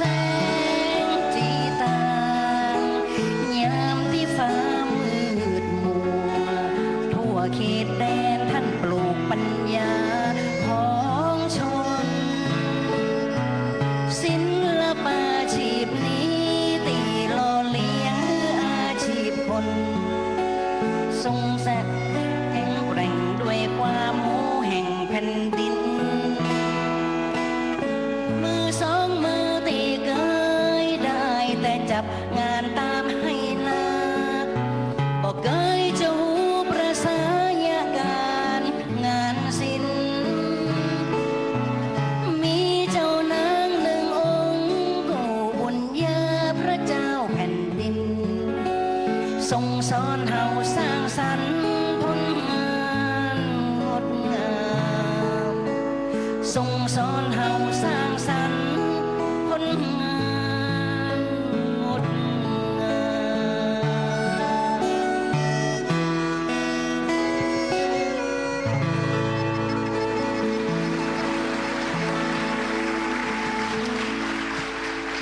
ยินดีจ้านักเจ้า ขอบคุณพี่แอดมากที่กรุณามอบเพลงนี้เพราะว่าผมเป็นคนขอนะครับด้วยสำนึกในพระมหากรุณาธิคุณนะครับ และก็ในสิ่งที่เราทุกคนได้น้อมสำนึกนะครับ แล้วก็ในเรื่องการแสดงในความอาลัยนะครับในการสวรรคตของเสด็จพระนางเจ้าสิริกิติ์พระบรมราชินีนาถบรมราชินีพันปีหลวงนะครับขอเสียงปรบมืออีกครั้งหนึ่งนะครับเพลงนี้เป็นการแสดงความอาลัยนะครับแล้วก็พี่แอดตั้งใจแล้วก็ต้องขอบคุณคนแต่งนะพี่ปุ้มตาวันนะครับแล้วก็ขอบคุณวงดนตรีกรมประชาสัมพันธ์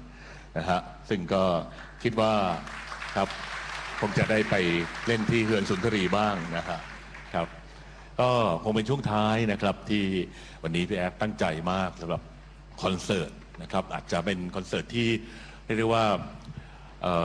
ไม่ใหญ่โตอะไรมากมายนักสำหรับเวทีแห่งนี้แต่เป็นเวทีที่ พวกเรากรมประชาสัมพันธ์ตั้งใจทำให้กับพี่น้องประชาชนทุกท่านนะครับได้ใช้เวทีแห่งนี้ที่ต้อนรับทุกๆศิลปินนะครับไม่ว่าจะเป็นศิลปินที่จะเริ่มต้นหรือก็ศิลปินที่เคยได้เดินทางกันมาแล้วแล้วอีกหลายๆศิลปินนะครับที่2 ปีที่แล้วนะครับได้มาบนเวทีแห่งนี้นะครับขอบคุณมากๆด้วยนะครับครับในช่วงท้ายเนี่ยเป็นเพลงพิเศษใช่ไหมฮะเพลงพิเศษนะครับ มีผู้ไม่ทราบใครขอฮะอ๋อใช่มีคนขอนะครับ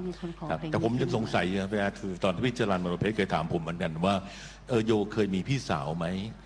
เพลงพี่สาวครับบอกมีครับมีชอบผู้หญิงอายุมากกว่าตอน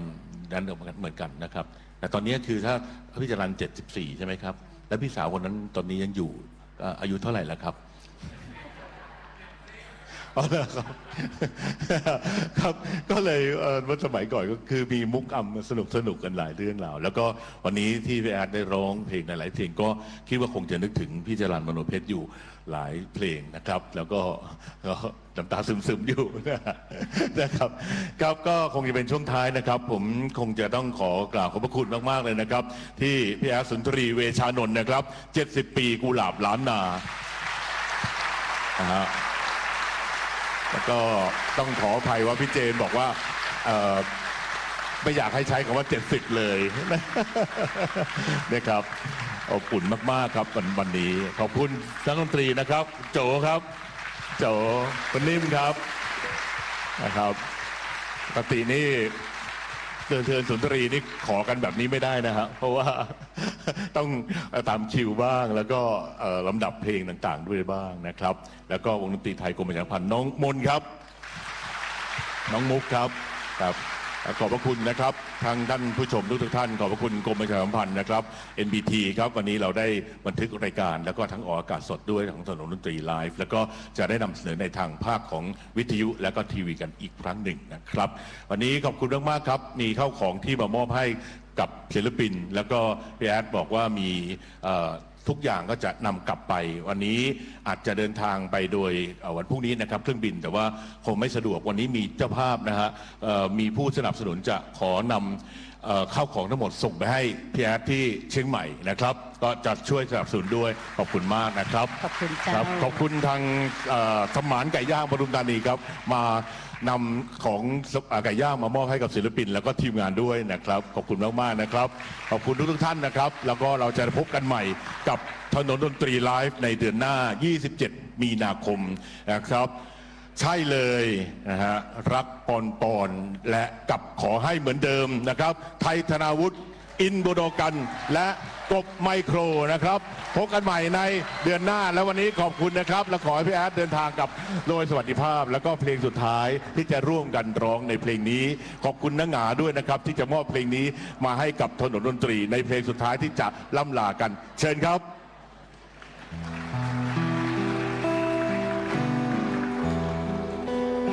ช่วยกันร้องนะเจ้า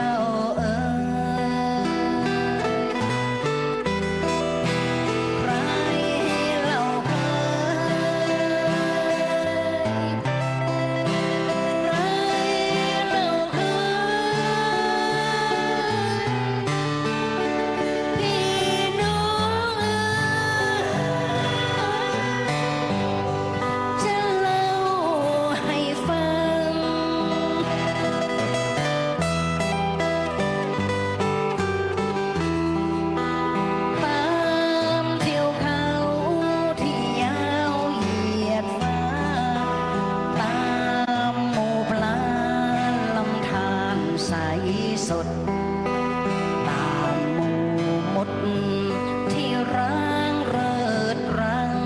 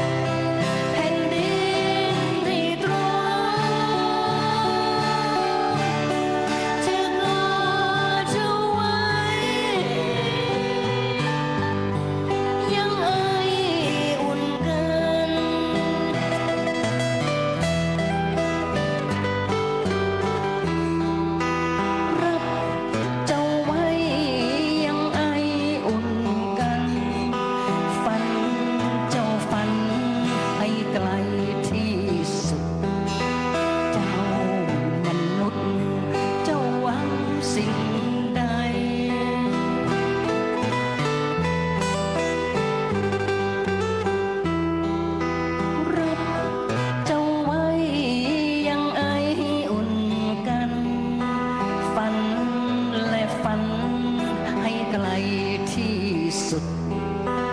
เจ้ามนุษย์เจ้าหวังสิ่งใด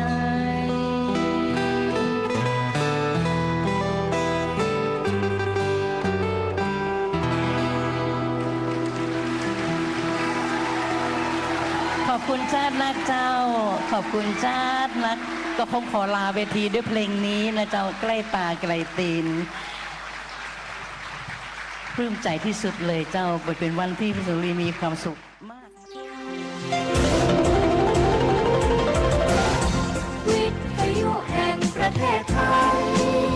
ให้ความรู้กู้ความสุข ที่นี่สถานีวิทยุกระจายเสียงแห่งประเทศไทยกระจายเสียงจากอาคารถนนวิภาวดีรังสิตกรุงเทพมหานครบัดนี้ขอยุติการกระจายเสียงสำหรับวันนี้ไว้แต่เพียงเท่านี้โปรดติดตามรับฟังการกระจายเสียงของทางสถานีวิทยุกระจายเสียงแห่งประเทศไทยได้ใหม่